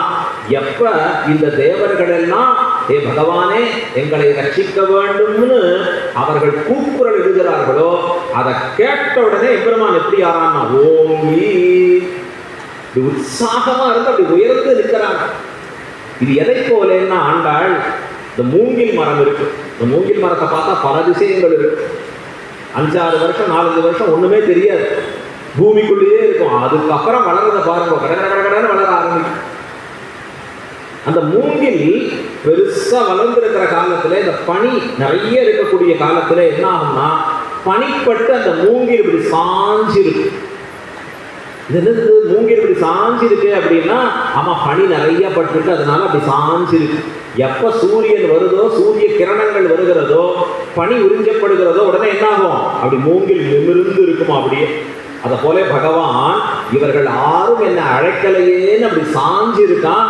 எப்ப இவர்கள் தேவர்கள் தூக்குகள் எடுக்கிறார்களோ அப்ப ஓங்கி அப்படி உயர்ந்து வளர்ந்து நிற்கிறானா. ஆண்டாள் கொண்டாடுற ஆச்சரியம். ஒரு வாமன மூர்த்தியாக கீழே இறங்கி வரான் எம்பெருமான். வாமனாவதாரம் அப்படிங்கிறது தேவர்களுடைய ராஜ்யத்தை மகாபலிங்கிற சக்கரவர்த்தி அபகரிக்க, அவன் தேர்ந்து ராஜ்யத்தை வாங்கி தரணும் அப்படின்னு இந்திரன் பிரார்த்திக்க, அந்த இந்திரனுக்காக பகவான் ஒரு அவதாரம் எடுத்தான். வாமனன்னு பேர் அந்த அவதாரம். சின்ன குள்ளனாக வந்து பிறத்தல். ரொம்ப அழகான பிரம்ம தேஜஸுடைய குழந்தை. ஒரு குழந்தைக்கு எது தேஜஸ்? பிராமண குழந்தைக்குன்னா அவனுக்கு காப்பது என்பதே காயத்ரி தான். காயத்ரி சந்தசாம் மாதேன்னு வேதம் சொல்றது. சந்தஸுக்கெல்லாம் தாயாக இருப்பவள் காயத்ரி. நாள்தோறும் அந்த பிரம்மச்சரியம் உடையவன் பிராமணனாக பிறந்திருக்கிறவன் அதை சதா ஸ்மரித்துக் கொண்டு இருக்கவன். இப்போ பகவான் ஒரு யஜ்ஞோபவீததாரியாக அழகா ஒரு கமண்டலத்தை பிடிச்சிட்டு ஒரு குடையை பிடிச்சிட்டு வாமன மூர்த்தியாக திருவவதாரம் பண்ணி நடந்து வரான். எங்கன்னா மகாபலி இடத்துல வர. இந்த மகாபலி சக்கரவர்த்தி என்ன பிரகல்லாதனுடைய பேரனம். என்ன ஆச்சரியம் பாருங்க. அவனுக்கு ஒரு அந்த வம்சத்துல பிறக்கிற பாக்கியம். பிரகலாத ஆழ்வான் பேரனா பிறந்திருக்கு. ஆனா பிறந்தாலும் அவனுக்கு என்ன கஷ்டம்னா, எங்கேயாவது யார்கிட்டையாவது போய் சண்டை போடணும், ராஜ்யங்களை அபகரித்துன்னு வர. அதை போல இந்திரன்ட்ட போய் சண்டை போட்டு ராஜ்யத்தை வாங்கிட்டு வந்துட்டான். தாத்தா சொல்றார், பிரகலாத ஆழ்வான் சொல்றார், அடே இதெல்லாம் நமக்கு ஆகாதுரா, பகவான் சொத்தை அப்படி பறிக்க கூடாதுரா அப்படின்னு சொல்ற. கேட்கிறா போல இல்லை. இப்ப இந்த மகாபலி ராஜ்யத்தை வாங்கிட்டு வந்துட்டான், பிடிக்கிட்டான். இந்திரனுக்கு பதவி போச்சு. பதவி இருக்கிற வரைக்கும் இந்திரன் பெருமாளை மறந்துருப்பான். அப்படித்தானே உலகத்துல காரியம் ஆற வரைக்கும் காலை பிடிச்சான் சுவாமி, அப்புறம் அவ்வளவுதான். சில பேர் நினைக்கிறான் காலை பிடிக்காம இருந்தாவது பரவாயில்ல, காலை வாய் விடாம இருந்தாங்க. கைசிக புராணத்துல அழகா வரும். நம்பாடுவான கொண்டு போய் இந்திரலோகத்துல வச்ச உடனே இந்த கைசிக புராணத்துல சொல்றார், அங்கேருந்து என்னன்னா, இந்திரனை போலே நம்மை மறவாதே. இந்த இந்திரன் பதவி கிடைக்கிற வரைக்கும் யாகம் பண்ணா, தபஸ் பண்ணா, ஹோமம் பண்ணா, பெருமாளேன்னா பதவி கிடைச்சது. இந்தா நீதான் இந்திரா, தேவர்களுக்கு நீதான் ராஜ்யம், சொர்க்கலோகத்துக்கு நீதான் அதிபதினு உடனே பெருமாளாவது ஒன்னாவது மறந்தே போயிட்டான். சுராபாரம் பண்ணனா, அங்க இருக்கிற ஊர்வசி, ரம்பை, திரோத்தமை கீழே சொல்லக்கூடியவர்கள் இப்படியே போறது அவன் கா. ஆனா நம்பாடுவான் அப்படி இல்லையே. அங்க போனாலும் பெருமாளையே தியானிச்சு பாடுகிறான். இப்ப இந்திரனுக்கு பதவி போச்சு. எங்க வரா? பகவான் இடத்துல வரா. அசரண்ய சரண்யா அனன்ய சரணஹா சரணமஹம் பிரபத்யே. எல்லாரும் சேர்ந்து சொல்ற ஒரே வார்த்தை பெருமாள்கிட்ட, வேறு புகழில்லை ஐயா, புகழொன்னில்லா அடியே உன் அடிக்கீழ் அமர்ந்து புகுந்தேனே. ஆழ்வார் சொன்ன வேறு புகழ் இல்லை, வேறு கதி இல்லை, நீர் தான் காப்பாத்திட்டார். பெருமாள் கேட்கிறார், என்னாச்சுப்பா? ராஜ்யம் போயிடுது. யார் பறித்தான்? மகாபலி. சரி, நான் வாங்கிக்கிறேன், போயிடுவேன். பகவான் சொல்லி அனுப்பினார். மகாபலி இடத்துல ஒரு உயர்ந்த குணம் இருக்கு, நல்ல பண்பு, தர்மத்துல அவனுக்கு நிலைத்த தன்மை. என்ன தன்மைனா, வந்தவர்களுக்கெல்லாம் நிறைய தானம் பண்ணக்கூடிய தன்மை, நல்ல யாகாதிகள் ஹோமாதிகளை ஸ்ரத்தையா பண்ணக்கூடிய தன்மை. பகவானுக்கு யாராவது சாஸ்திரம் படி ஸ்ரத்தையா பண்ணாலே அவனை ரொம்ப பிடிக்கும். அவன் எப்படிப்பட்ட பாபிஷ்டனா இருந்தா கூட அவனை கண்டு எம்பெருமான் உகப்பான். ஏன்னா சாஸ்திரம் நமக்கு நன்மைக்காக சொல்லியிருக்கு. தர்மம் சர, வேதம் சொல்ற சத்தியம் வத, தர்மம் சர, சத்தியத்தையே பேசு, தர்மத்தின்படி வாழ்ந்து நில். கண்டிப்பா அது நமக்கு நன்மையை கொடுக்கக்கூடிய செயலாக இருக்கும். மகாபலி அந்த நன்மையில மூழ்கி இருக்கிறச்சே பெருமாள் பார்த்தார், இந்திரன் ராஜ்யத்தை வாங்கணும், நான் போய் வாங்கிக்கிறேன். ஒரு சின்ன அழகான ஒரு குழந்தையாக நடந்து போறார். அங்க போய் மகாபலி இடத்துல பெரிய கியூ நிக்கிறது, அதுல பெருமாளும் நிக்கிறார். மகாபலியை பார்த்து சொல்றார், மாவலி மூவடி தா அப்படின்னு கேட்கிறார். ஏ மகாபலியே, 3 அடியை கொடு அப்படின்னு கேட்ட உடனே இந்த குழந்தை அப்பதான் திரும்பி பார்க்கிறான் மகாபலி. என்ன தேஜஸ் அந்த குழந்தை முகத்துல! இந்த குழந்தைய பார்த்துட்டே இருக்கலாம் போல, இந்த கையை கூப்பி நிற்கும்படியா இருக்கு. அந்த குழந்தைய பார்த்த உடனே மகாபலிக்கு இந்த குழந்தைய பார்த்து திருப்பி கேட்கிறான், என்ன வேணும்? 3 அடி மண். 3 அடி மண்ணா? எந்த காலால? என்னுடைய சின்ன காலால. இந்த குழந்தை பார்த்து இங்க இருக்கு பாரு, இந்த காலால தான் 3 அடி மண். மகாபலிக்கு ரொம்ப இழுக்கா இருந்தது. தானம் பண்ணா எப்படி தானம் பண்ணணும்? தலை சிறந்ததை பண்ணணும். சில பேர் தானம்னு பண்ணிப்பா, என்னென்ன வீட்டில் உபயோகம் இல்லாத பொருட்களை இது தானம். எது நமக்கு வேண்டாமோ எல்லாத்தையும் அடுத்தவா தலையில கட்டு. உங்களுக்காகவே கட்டில் வச்சிருக்கேன் ஒருத்தர். என்னென்ன ஒன்றும் இல்லை, கட்டில் தான், அது கொஞ்சம் இந்த பக்கம் அந்த பக்கம் ஸ்க்ரூ போயிருக்கணும். இப்ப படுத்தேன்னா நீங்க கட்டிலுக்கு மேல இருக்க மாட்டேன், கட்டில் உங்களுக்கு மேல இருக்கும். அந்த பொருளை கொடுத்தா என்ன அர்த்தம்? வாங்குறவாளுக்கு ஆபத்துன்னு. தானம் அப்படி பண்ணக்கூடாது. நல்ல பொருள்களை பண்ணணும், உயர்ந்ததை பண்ணணும், நல்ல நோக்கோடு பண்ணணும். இதெல்லாம் தானத்துக்கு இருக்கக்கூடிய விதி. ஸ்ரத்தயாதேயம் அஸ்ரத்தயாதேயம் ஸ்ரீயாதேயம் ஹ்ரியாதேயம் ஹியாதேயம் சம்விதாதேயம். எத்தனையோ சொல்லியிருக்கு எப்படியெல்லாம் பண்ணணும், எந்த முறையில் பண்ணணும், எந்த நேரத்தில் பண்ணணும், யாரை கொண்டு பண்ணணும். இவ்வளவு நீதிகள் நமக்கு சொல்லப்பட்டிருக்காரா? அப்ப இந்த மகாபலி கேட்கிறான், இந்த 3 அடி இப்படி அளந்தா எனக்கு இழுக்கிறது, என்ன பண்ணணும்? கண்ணால பாருங்க, இந்த இடம் பூர்த்தியா பாருங்க. பார்த்த இடமெல்லாம் உங்களோட தான். நமக்கு அப்படி யாராவது இப்ப கொடுத்தா எவ்வளவு சந்தோஷமா இருக்கும். அடுத்த க்ஷணம் பார்த்துட்டே இருக்க மாட்டோம். போய் முதல்ல ஐ டாக்டர்கிட்ட போய் நல்லா இன்னும் விஷயம் பெருசா வரும், இன்னும் வேணும். இந்த வாமனமூர்த்தி ஒரு வார்த்தை திருப்பி சொன்னார், நான் கேட்டதை கொடுப்பியா மாட்டியான்னு. என்ன கேட்டேன்? 3 அடி தான் எனக்கு வேணும், கண்ணு கொண்டு பாருங்க. அதெல்லாம் வேண்டாம், என்னுடைய அடிகளாலே அளந்த 3 அடின்னு. உடனே மகாபலி பார்த்தா, சரி நீர் எப்படி ஆசைப்படுறீரோ அப்படியே கொடுத்தேன். உடனே பக்கத்தில் இருக்கிற ஒருத்தர் ஓடி வர, யாரு? சுக்ராச்சாரியர்னு ஓடி வர. அவர் தடுக்கிறார், டே மாபலி கொடுக்காத, ஏ மாபலி கொடுக்காத அப்படிங்கிற. எதுக்கு சுக்ராச்சாரியரே தடுக்கிறீர்கள்? வந்தவன் யாருன்னு தெரியாது உனக்கு. அவன் சரியான ஏமாத்துக்காரன். யாருன்னா மகாவிஷ்ணு வந்திருக்கான்பா, நாராயணன் வந்திருக்கான். வந்தவன் யாருன்னு தெரியாம நீ தானம் கொடுக்குறேங்கிற. உலகுக்கே கொடுப்பவனவன், படி அளப்பவனவன். அவன் கையேந்திரான்னா விஷமத்தனம் இருக்குன்னு அர்த்தம். இவன்கிட்ட சொல்றார் சுக்ராச்சாரியர். இதை கேட்கிறான் மகாபலி, ஓ வந்தவன் விஷ்ணுவா? ஓ பகவானே வந்திருக்காரா? ஆமா. உடனே அவர் சுக்ராச்சாரியர் புரிஞ்சுட்டாண்டா நம்ம சிஷ்யன். இனிமே நாம சொன்னபடிதான் கேட்க போறான். சிஷ்யனுக்கு புரிய வைக்கிறதே ஆச்சாரியனுக்கு பெரிய தலைவலி. 100 கேள்வி. கடைசியா ஆச்சாரியன் பார்ப்பார், கையில புஸ்தகத்தை கொடுத்து, உனக்கா என்ன தோன்றதோ படிச்சுக்கோப்பான்னு விழுந்து செவிச்சிருவாரு. இப்போ இவர் சுக்ராச்சாரியருக்கு ஒரே சந்தோஷம். பரவாயில்ல, சொன்ன உடனே புரிஞ்சுட்டான் நம்ம சிஷ்யன். வந்தவன் விஷ்ணுன்னு தெரிஞ்சு போச்சு. சரி மகாபலி, இந்த ப்ரோக்ராம் கேன்சல் தானே? என்ன இல்லை, கண்டிப்பா இந்த ப்ரோக்ராம் நடக்கும்னா மகாபலி. என்னப்பா இப்படி பேசுறேன்னா, யார் யாருக்கோ கொடுத்தது பெருமையா, வந்த பகவானுக்கே கொடுப்பதுதான் பெருமைனா. அப்பையும் நான் அடுத்த விரதத்தை விடமாட்டேன்னா மகாபலி, கொடுத்தே தீருவேன் அவருக்கு. சுக்ராச்சாரியர் பார்த்தார், அடே முட்டாளே, உன் அழிவை நீயே தேடிக்கொள்கிறாயே. எங்கேயாவது அவனுக்கு போய் பண்ணி உன் அழிவை தேடிப்பியா? குரு அதை உபதேசிக்கணும். அவனுக்கு சொல்றான் நல்லது. அவன் சிஷ்யன் சொல்றான், என்ன அழிவு வந்தாலும் பரவாயில்ல, கொடுத்தே தீருவேன். இதுதான் பகவானிடத்துல மகாபலியிடத்துல பிரிச்ச குணம். அதுக்காக தான் யாசகமா வர இருக்கு. பாரு என்ன எண்ணம் பாரு அவனுக்கு.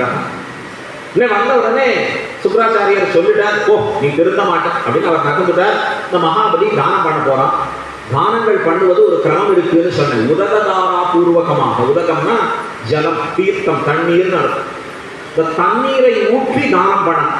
நாமெல்லாம் பார்ப்போம், இந்த கல்யாணம் பண்றச்சு பெண்ணை கொடுக்கிறவர்கள் அந்த தண்ணீரை ஊற்றி சொல்லுவாங்க, இதம்னா மாமா, இனி இவள் என்னுடையவள் இல்லை, உன்னை சேர்ந்தவள் அப்படின்னு சொல்லி கொடுக்கணும்.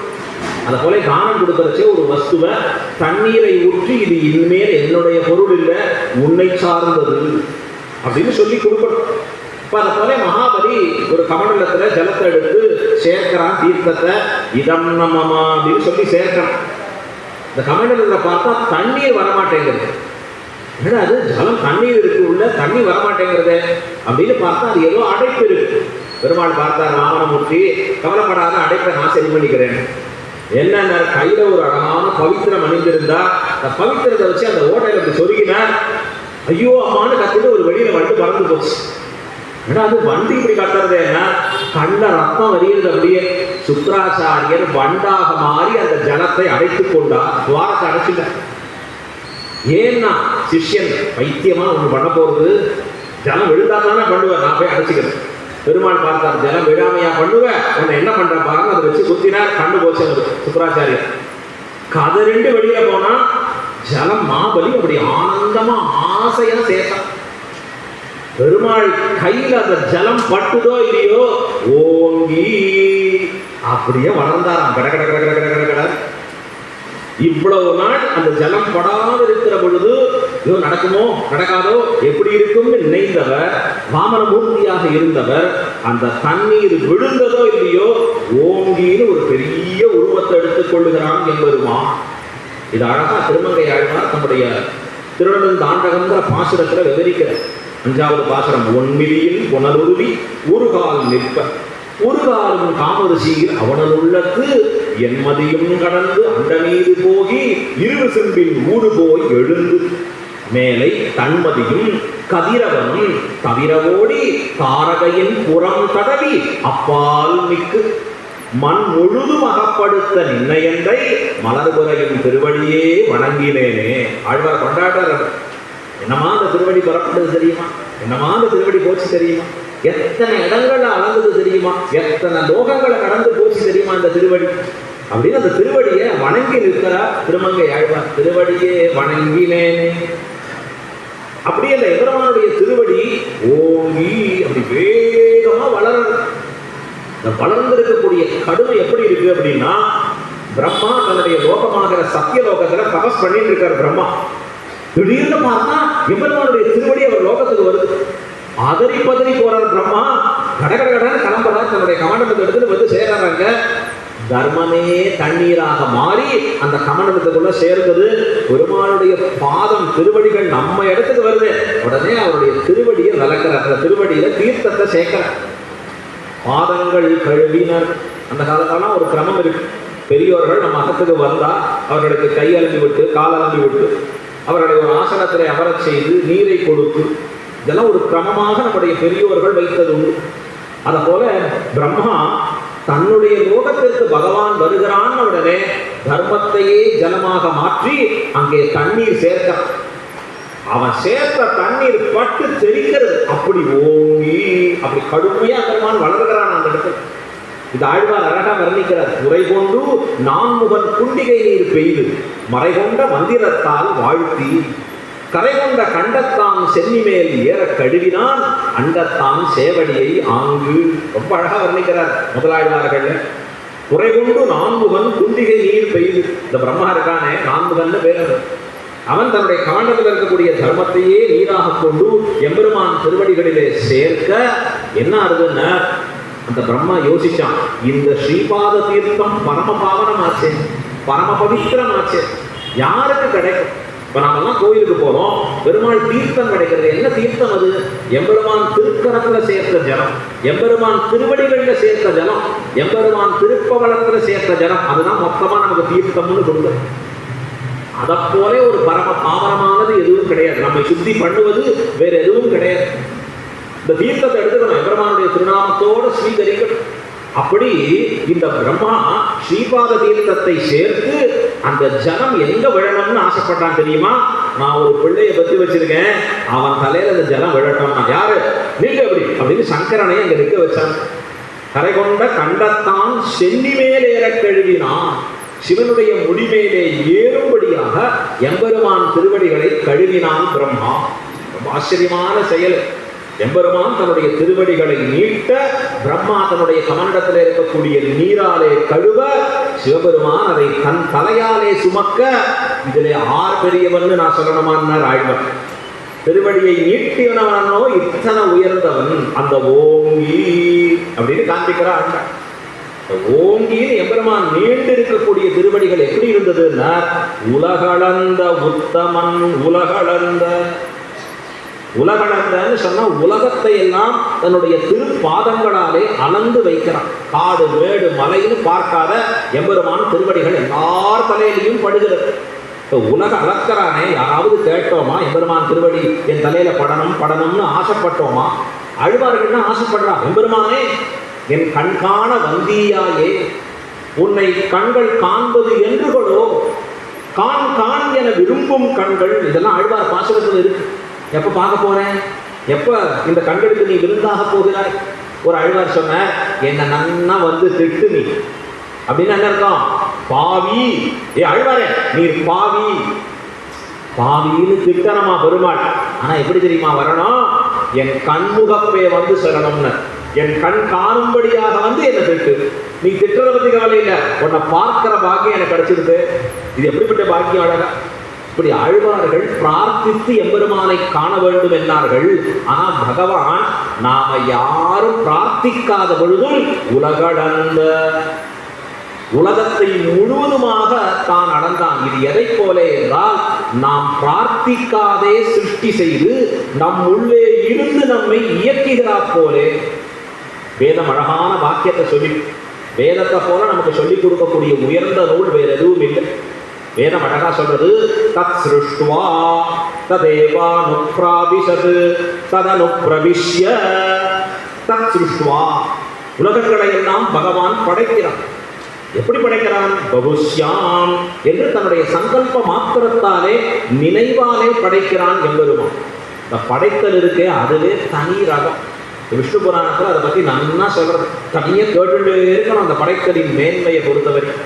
உலகத்தை எல்லாம் படைத்திருக்கக்கூடிய பகவான் என்ன பண்ணுவான்னா, ததனுப்ரவிஷ்ய, ஒவ்வொன்றுக்குள்ளேயும் தான் அனுப்பிரவேசம் பண்ணுகிறான். எல்லா பொருள்களுக்குள்ளேயும் எம்பெருமான் தன்னை முழுமையாக வைத்திருக்கிறார். இதற்கு என்ன பேரு? வியாப்தின்னு பேர். உள்ளும் புறமும் ஒக்க வியாபித்திருக்கிறான் எம்பெருமான். எல்லா இடங்களும் நீக்கமென நிறைந்திருக்கிறான். ஏன் இருக்க வேண்டும்னா, அவன் இல்லைன்னா அந்த பொருள் என்பதே இல்லை. இப்போ இந்த உடல் இயங்கிறது, கை கால்லாம் இயங்கிறது, பேசுறோம். எதனால என்ன? உள்ள உயிர்னு ஒன்று இருக்கு. உயிர் நமக்கு பார்த்துக்க வைன்னு சொல்லிட்டு போச்சுன்னா உடல் பொத்துன்னு விழ வேண்டியதான். இப்போ உயிர் இருப்பதாலே உடல் இயங்குகிறது. உயிருக்கும் உயிரான பரமாத்மா உயிருக்குள்ளே இருப்பதாலே உயிர் உடலுக்குள்ளே இருக்கிறது. இதுதான் உண்மை. இப்போ எம்பெருமான் எல்லாவற்றுக்குள்ளேயும் அனுப்பிரவேசித்துக் கொண்டு எல்லா இடங்கள்லையும் இருக்கான். எம்பெருமான் எல்லா வஸ்துக்கள்லையும் இருக்கான். இதைத்தான் பிரகல்லாத ஆழ்வான் ஒரு வார்த்தையில சொன்னான். அவன் அப்பா கேட்கிறான், ஹிரண்யன் கேட்கிறான், டே எங்க இருக்கான்? எப்ப பாரு நாராயணன் ஹரி ஹரின்னு சொல்றிய, எங்கடா இருக்கான் அவன்? எங்கேயாவது இருக்கானாங்க? அவன் சொன்னான், இல்லை என்று சொல்லுகிற உன்னிடத்திலும் உடன், இருக்குன்னு சொல்லுகிற என்னிடத்திலும் உடன், இந்த தூணிலும் உடன், துரும்பிலும் உடன். இவனுக்கு எல்லாம் புரிஞ்சுது, ஒண்ணு மட்டும் புரியல. இந்த தூண் நான் தானே கட்டினேன்னா அவன் இரண்யன். இந்த தூண் நான் தானே பார்த்து பக்கத்துல இருந்து எப்படி கல்ல வைக்கணும், எப்படி சுத்தணும், இதெல்லாம் பார்த்து பண்ணேனே. இந்த தூணுக்குள்ள இருக்கானா? ஆமாம், இந்த தூணுக்குள்ளே இருக்கான். எம்பெருமானுக்கு இவன் எந்த தூணை காட்டுவானோன்னு தெரியல. ரெடியா எல்லா தூணுக்குள்ளேயும் இருந்தான் எம்பெருமான். ஒரு தடவை தொடு பாருங்க அப்படின்னு காத்தல் இருந்தான். அவன் தொட்ட அடுத்த க்ஷணத்திலே புறப்பட்டு விருந்து வந்தான் நரசிம்மமூர்த்தியாக காண்பிக்கிறான். அளந்திட்ட தூணை அவன் தட்ட ஆங்கே பிளந்திட்டு சிங்க உருவாய். அப்படி பிளந்துட்டு வரானா பெருமான் வெளியில நிற்கிறச்சு. இப்ப இது எதை காண்பிக்கிறதுனா எங்குமுடன் கண்ணன். ஒரு வார்த்தையில சொன்னார் ஆழ்வார், எங்குமுடன் கண்ணன். பகவான் இல்லாத இடம் இல்லை, எல்லா இடங்களிலேயும் வியாபித்து இருக்கிறான். நாம் எங்கேயாவது பெருமாள்கிட்ட பெருமாளே பெருமாளே நாங்கள்லாம் இந்த உலகத்துல வந்து பிறக்க போறோம், எங்களுக்குள்ளேயே இருந்து எங்களை காப்பாத்து இதான சொல்ல போறோமா? கேட்க தெரியுமா? தெரியாது. இது எதை போலேன்னா, ஒரு குழந்தையை ஈன்றெடுத்த தாய் கைக்குழந்தையை தான் எப்பொழுதும் அணைத்து கிடக்கிறா போலே அந்த குழந்தை கேட்காது இருக்கிறச்சே, அந்த குழந்தை எதிர்பார்க்காது இருக்கிற பொழுது அந்த குழந்தை மீது தன் கைப்பட்டு வைத்தல் தனக்கு சுகமாக அவள் நினைத்து இருக்கிறா போலே பகவான் நம்மிடத்திலே உள்புகுந்து இருத்தல் தனக்கு சுகமாக நினைக்கிறான். அத போலதான் உலகளந்த எல்லா இடங்கள்லையும் தன்னுடைய திருவடிகளை வச்சா நான் பெருமான். அப்பெல்லாம் நாம தூங்கிட்டு இருந்தோமா எழுந்துட்டு இருந்தோமா ஒண்ணுமே தெரியும். கோயிலுக்கே போறோம், தீர்த்தம் ஸ்ரீ வைஷ்ணவ கோயிலில் என்ன பண்றா? தீர்த்தம் கொடுக்குறா ஷடாரி. தீர்த்தம் கொடுத்த உடனே தான் பக்கத்தில் ஒருத்தர் பேசுறார், அவர் பேசுறாருன்னு இவர் திரும்புறார், ஷடாரி வச்சுட்டு போயாச்சு. இன்னும் இவர் கேட்கிறார், ஷடாரி காணுமேன்னு அர்ச்சகர் சொன்னார், ஏற்கனவே வச்சாச்சு உமக்கு, இந்த திருவடி வருதே நமக்கு தெரிய மாட்டேங்கிறது. அந்த திருவடி எம்பெருமான் உலகளை கிடைச்சே எப்படி இருந்தோமோ அதைத்தான் இந்த ஆண்டாள் சொன்னார், ஓங்கி உலகளந்த. உலகத்தை எல்லாம் தன்னுடைய திருவடிகளாலே அளந்து எம்பெருமான் எதை நிலைநாட்டினான்னா எல்லா சேத்தனர்களும் எனக்கு அடிமைங்கிறத காண்பிட்டான். அவன் திருவடி வைக்காத இடம் இல்லை. 2 திருவடிகளாலே, அதாவது 2 அடிகளாலே அளந்த பகவான் மகாபலியை 3வது அடி எங்கன்னா கீழேன்னு, என் தலையிலன்னா அப்ப நீ கீழே என்று இப்படி ஓங்கி உலகளந்த. 3வதா வார்த்தை சொல்ற ஆண்டாள் உத்தமன். உத்தமன் ஒரு பதம் எடுக்கிறாள். யாரை பார்த்து உத்தமன்னு சொல்லணும் அப்படின்னா, தன்னை ஆடி அடியமாறியும் மற்றவர்கள் காரியம் செய்து கொடுப்பவனுக்கு தான் உத்தமன் பேர். பிறர்களுக்கு வரக்கூடிய சிரமங்களை கண்டு பொறுக்க முடியாதபடி அவர்களுக்கு என்ன நன்மை செய்வது என்று எப்பொழுதும் அதையே நினைத்துக் கொண்டிருப்பவன் உத்தமன் பேர். அப்படி எம்பெருமான் மற்றவர்களுக்கு தன்னை கொடுப்பதிலேயே நோக்காக இருப்பவன். யோசிச்சு பாருங்க, மகாபலி அவன்கிட்ட போய் மாமனனா இருந்து யாசகம் கேட்டான், உலகத்தை எல்லாம் அளந்தான். இப்போ உலகம் என்ன சொல்லும்? ஓயா உங்க பெருமாளை பத்தி தெரியாதா? என்ன காட்டினது சின்ன அடி, அளந்தது பெரிய அடி. என்ன விஷமமா பண்ணினார் பாருங்க மகாபலிக்கு. எப்பவுமே நம்ம ஊர்ல ராமணனா லக்ஷ்மணனான்னு வராது, ராவணனா ராவணனா. என்னமோ ராவணனே கேட்டா மாதிரி, ராவணன் எனக்கு வேண்டாண்டா உங்க கட்சின்னு சொல்றான், இவன் விட மாட்டேங்கிறான், அந்த கட்சியில அவனை பிடிச்சிட்டு இருக்கு. வேண்டாவது உலகத்துல அதிகமா இருக்கு. ராமணனா லக்ஷ்மணனா புண்ணியமாவது வரும், புண்ணியமே கிடையாது. அவனே சொல்றான், ஐயோ நான் பெரிய அரக்கன், பாபங்களை பண்ணினேன் அப்படின்னு அவன் வார்த்தையிலேயே இருக்கு. ஆனா உலகம் அதை ஏற்றுக்கிற அளவுக்கு சுபாவம் இல்லை. ஆனா உலகம் என்ன பண்ணும்? பெருமாளை பார்த்து குறை சொல்லும். பாரு மகாபலியை ஏமாத்தி வாங்கிட்டானே, மகாபலி சக்கரவர்த்தி பரிசுட்டானே. பகவான் சொன்னான், எல்லாரும் அப்படித்தானே சொல்ல போறாங்க. நம்ம அப்படிதான் சொல்லுவோம். ஆழ்வார் சொல்றார் அழகா பாசுரத்துல சொல்றச்சு, ஒருவன் யாசகம் கேட்டான், ஒருவன் யாசகத்தை கொடுத்தான். ஆழ்வார் சொன்னார், கொண்டானை அல்லால் கொடுத்தாரை யார் படிப்பார்? நாமெல்லாம் எப்படி இருப்போம்னு ஆழ்வாருக்கு ஏற்கனவே தெரிஞ்சு போச்சு. பெருமாள் காமிச்சு கொடுத்துட்டார், இப்படிதான் இருப்பாப்பா இந்த உலகத்துல இனிமே வரவாழலாம். ஆழ்வார் என்ன சொன்னார்? கொண்டானை எல்லாம். கொண்டானைன்னா எவன் தானத்தை கொண்டானோ அவன் வாமனமூர்த்தி. அவனை அல்லால் உலகத்துல கொடுத்தாரை, மகாபலி கொடுத்தானே அவனை யார் பழிப்பார்? அவனை யார் பழித்து சொல்ல போறா? ஒருத்தரும் சொல்ல மாட்டான். பகவானைத்தான் பழித்து சொல்லுவா, மகாபலியை கொண்டாடினா சொல்லுவோம். அப்படிதான் உலகத்துல பார்க்கிறோம். நீங்க மகாபலி போல உண்டா? எப்படிப்பட்ட உயர்ந்த சக்கரவர்த்தி, பெருமாள் கேட்டாலும் கொடுத்தாரு. ஆனா அவன் பண்ண தீமை என்னன்னா, இந்திரனிடத்திலிருந்து ராஜ்யத்தை அபகரித்தான், அடிச்சு கொடுங்கின்றான். அப்படி அடிச்சு வாங்கிட்டு இருக்கக்கூடியவரிடத்திலேருந்து பகவான் ஒரே ஒரு கணத்துல தானும் அடிச்சு வாங்கலாம் அவனை. ஆனா அப்படி பண்ணல. மகாபலிக்கு ஒரு புகழும் கிட்டட்டும், இந்திரனுக்கு ராஜ்யத்தையும் கிட்டட்டும்.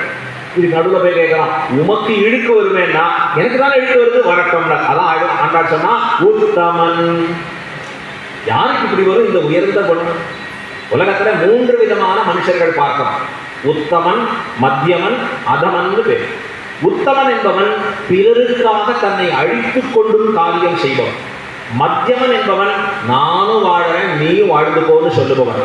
அதமன் என்பவன் தான் வாழணுங்கிறதுக்காக ஊரையே அழித்து வாழ்பவன். ஏகப்பட்ட பேர் அதமனாத்தான் நம்ம பார்க்கிறோம். என்ன சுவாமி சாப்பாடு இப்படி இருக்கு, சில பேர் வந்து பிடிக்கிறா பாருங்கோ, இந்த சாப்பாடெல்லாம் பிடிச்சிட்டோம், ரெய்டு, எவ்வளவு கலப்படம் கலந்துருக்கா. அது ஒரு பெரிய வீடியோ எடுத்து அது சேனல் நிறையா போட்டு இந்த இது சரியில்லை. நாம் கேட்குறோம், டெய்லி இந்த சாப்பாடையா நாங்கள் சாப்பிட்டு இருந்தோம், என்னப்பா பண்ணிட்டு இருந்தேன் அதிகாரிகள் எல்லாம் பார்க்காம ஒரே ஒரு நாள் ரெய்டு போய் இதெல்லாம் சரியில்லை இப்படி பண்ணிட்டோம். அவன் என்ன நோக்கில் பண்றான், ஊருக்கு கெடுதல் விளைவித்தாலும் எனக்கு பணம் வருகிறதோ இல்லையோ அது போரும் இருந்தா அது அதமன். மத்தியமன் அவன் எப்படிப்பட்டவன்னா, நானும் வாழறேன், நானும் கொஞ்சம் எடுத்துக்கிறேன், உனக்கு கொஞ்சம் கொடுக்குறேன், நீயும் நன்னாரு நானும் இருக்கேன். ஆனா உத்தமன் என்பவன் எப்படி இருப்பான்னா, தனக்கு ஏற்படக்கூடிய அழிவையும் எழுக்கையும் கஷ்டங்களையும் பொருட்படுத்தாது மற்றவர்களுக்காகவே வாழ்ந்து நிற்பவன் உத்தமன். ரொம்ப அதிசயம், உலகத்துல உத்தமர்களாக இருப்பது சாதாரண விஷயம் இல்லை. ஏன், இருக்கிற வரைக்கும் உலகம் அவர்களை தூற்றும். அவன் போன பிறகு நிறைய வைப்பான், சிலையா வைப்பான், கொண்டாடுவான், எதையோ பண்ணுவான். இந்த உலகம் விசித்திரமான உலகம். இருக்கிறச்ச முடிஞ்சா கல்லடி வரைக்கும் கொடுக்கணும், யாரும் கொண்டாடும்படியாகவே இருக்கார். உத்தமத்துல யார் உத்தமனாக இருந்தார்னா சுவாமி ராமானுஜரின் மேன்மையை பார்க்க. எப்படி இருந்தார் ராமானுஜர்? திருக்கோட்டியூர் நம்பின்னு ஒரு சுவாமி, அவர் தான் ராமானுஜருடைய 5 ஆய்வாளர்களே ஒருவர். அவர் ராமானுஜரிடத்துல உனக்கு உயர்ந்த அர்த்தங்களை உபதேசிக்கிறேன் அப்படின்னு சொல்லியிருக்கார். ஸ்ரீரங்கத்தில் வரைச்சே ஒரே சந்தோஷம், ஆச்சாரியன் நமக்கு உபதேசம் பண்றாரேன்னு சந்தோஷம். அப்படி சொல்றதே அந்த காலத்துல பெரிய விஷயம். டக்குன்னு உபதேசிக்க மாட்டான், ஒரு அர்த்தங்கள் சொல்லிட்டாருன உடனே எப்போ வரட்டும்னா, நான் இருக்கிற ஊருக்கு வா கேட்டுக்கலாம். திருக்கோட்டியூருக்கு வாங்க, ஸ்ரீரங்கம் எங்க இருக்கு, திருக்கோட்டியூர் எங்க இருக்கு. இன்னைக்குனா பைபாஸ்ல வேகமா போயிடலாம் 2 மணி நேரத்துல. ஆனா அந்த காலத்துல அப்படி இல்லை, ரொம்ப சிரமப்பட்டு போகணும் நடந்து. இவ்வளவு தூரம் நடந்து போன ராமானுஜர் விழுந்து சேவிக்கிறேன். இந்த ஊர்ல போய் கேட்கிறான், சுவாமி இங்க திருக்கோட்டியூர் நம்பி அவருடைய திருமாளிகை எங்க இருக்கு? அந்த ஊர்ல இருக்கிறவனுக்கு அந்த திருக்கோட்டியூர் நம்பி பெருமை தெரியும். அவங்க ஒரு அரட்டை இறங்கணும்னு வச்சுட்டு இருப்பாங்க, ஊர் திண்ணையில உட்காந்து அரட்டை அடிச்சுட்டு இருப்போம். அதுவா இங்க இருக்குவார் அப்படின்னு கையை காமிச்சான். அவன் காண்பித்த இடத்துல இருந்து விழுந்து சேவிச்சுட்டு போனார் ராமானுஜர். அப்பதான் சொன்னவருக்கு புரிஞ்சுது, ஐயோ இந்த நம்பியினுடைய பெருமை அவ்வளவு பெருமை இருக்கா, உள்ளூர்காரனுக்கு அந்த பெருமை தெரியுமா? விழுந்து சேவிச்சுட்டு போன திருக்கோட்டியூர் நம்ப இடத்துல, சுவாமி தேவரீர் வர சொன்னீரே வந்தேன். வர சொன்ன ஆமா, இப்ப முடியாது அப்புறம் பார்க்கலாம் போயிட்டு வரும். இந்த மாதிரி 18 முறை நடக்க வைத்தார். 18வது முறை அவருக்கு சர்மஸ்லோகார்த்தத்தை உபதேசம் பண்ணினார். உபதேசம் பண்ணி அந்த அர்த்தங்களை பெற்ற ராமானுஜர், ஆசை உடையோர்க்கு ஆரியர்கள் கூடும் என்று பேசி வரம்பறுத்தார். பின் அந்த ஊர்ல சமாட்சணமாகி ஆச்சாரிய சம்பந்தம் பெற்று இன்னும் அந்த உபதேசம் நிரம்ப பெறாத எத்தனையோ ஸ்ரீவைஷ்ணவர்கள் இருக்கு. அவர்கள்லாம் ஸ்ரீவைஷ்ணவர்கள், சமாட்சணம் ஆனவர்கள், இந்த சர்மஸ்லோக உபதேசம் பெற்றவர்கள், ஆனா அர்த்தத்தில் முழுமை தெரியாதவர்கள், முழுமை புரியாதவர்கள். அவர்களை ராமானுஜர் அழைத்து அவர்களுக்கு அந்த அர்த்தங்களை உபதேசித்தார். சர்மஸ்லோகம்னா பகவத்கீதையில வரக்கூடிய ஒரு ஸ்லோகம், அதான் சர்மஸ்லோகம்னு பேரு. சர்வதர்மான் பரித்யஜ்ய, அதனுடைய அர்த்தங்களை உபதேசித்தார்.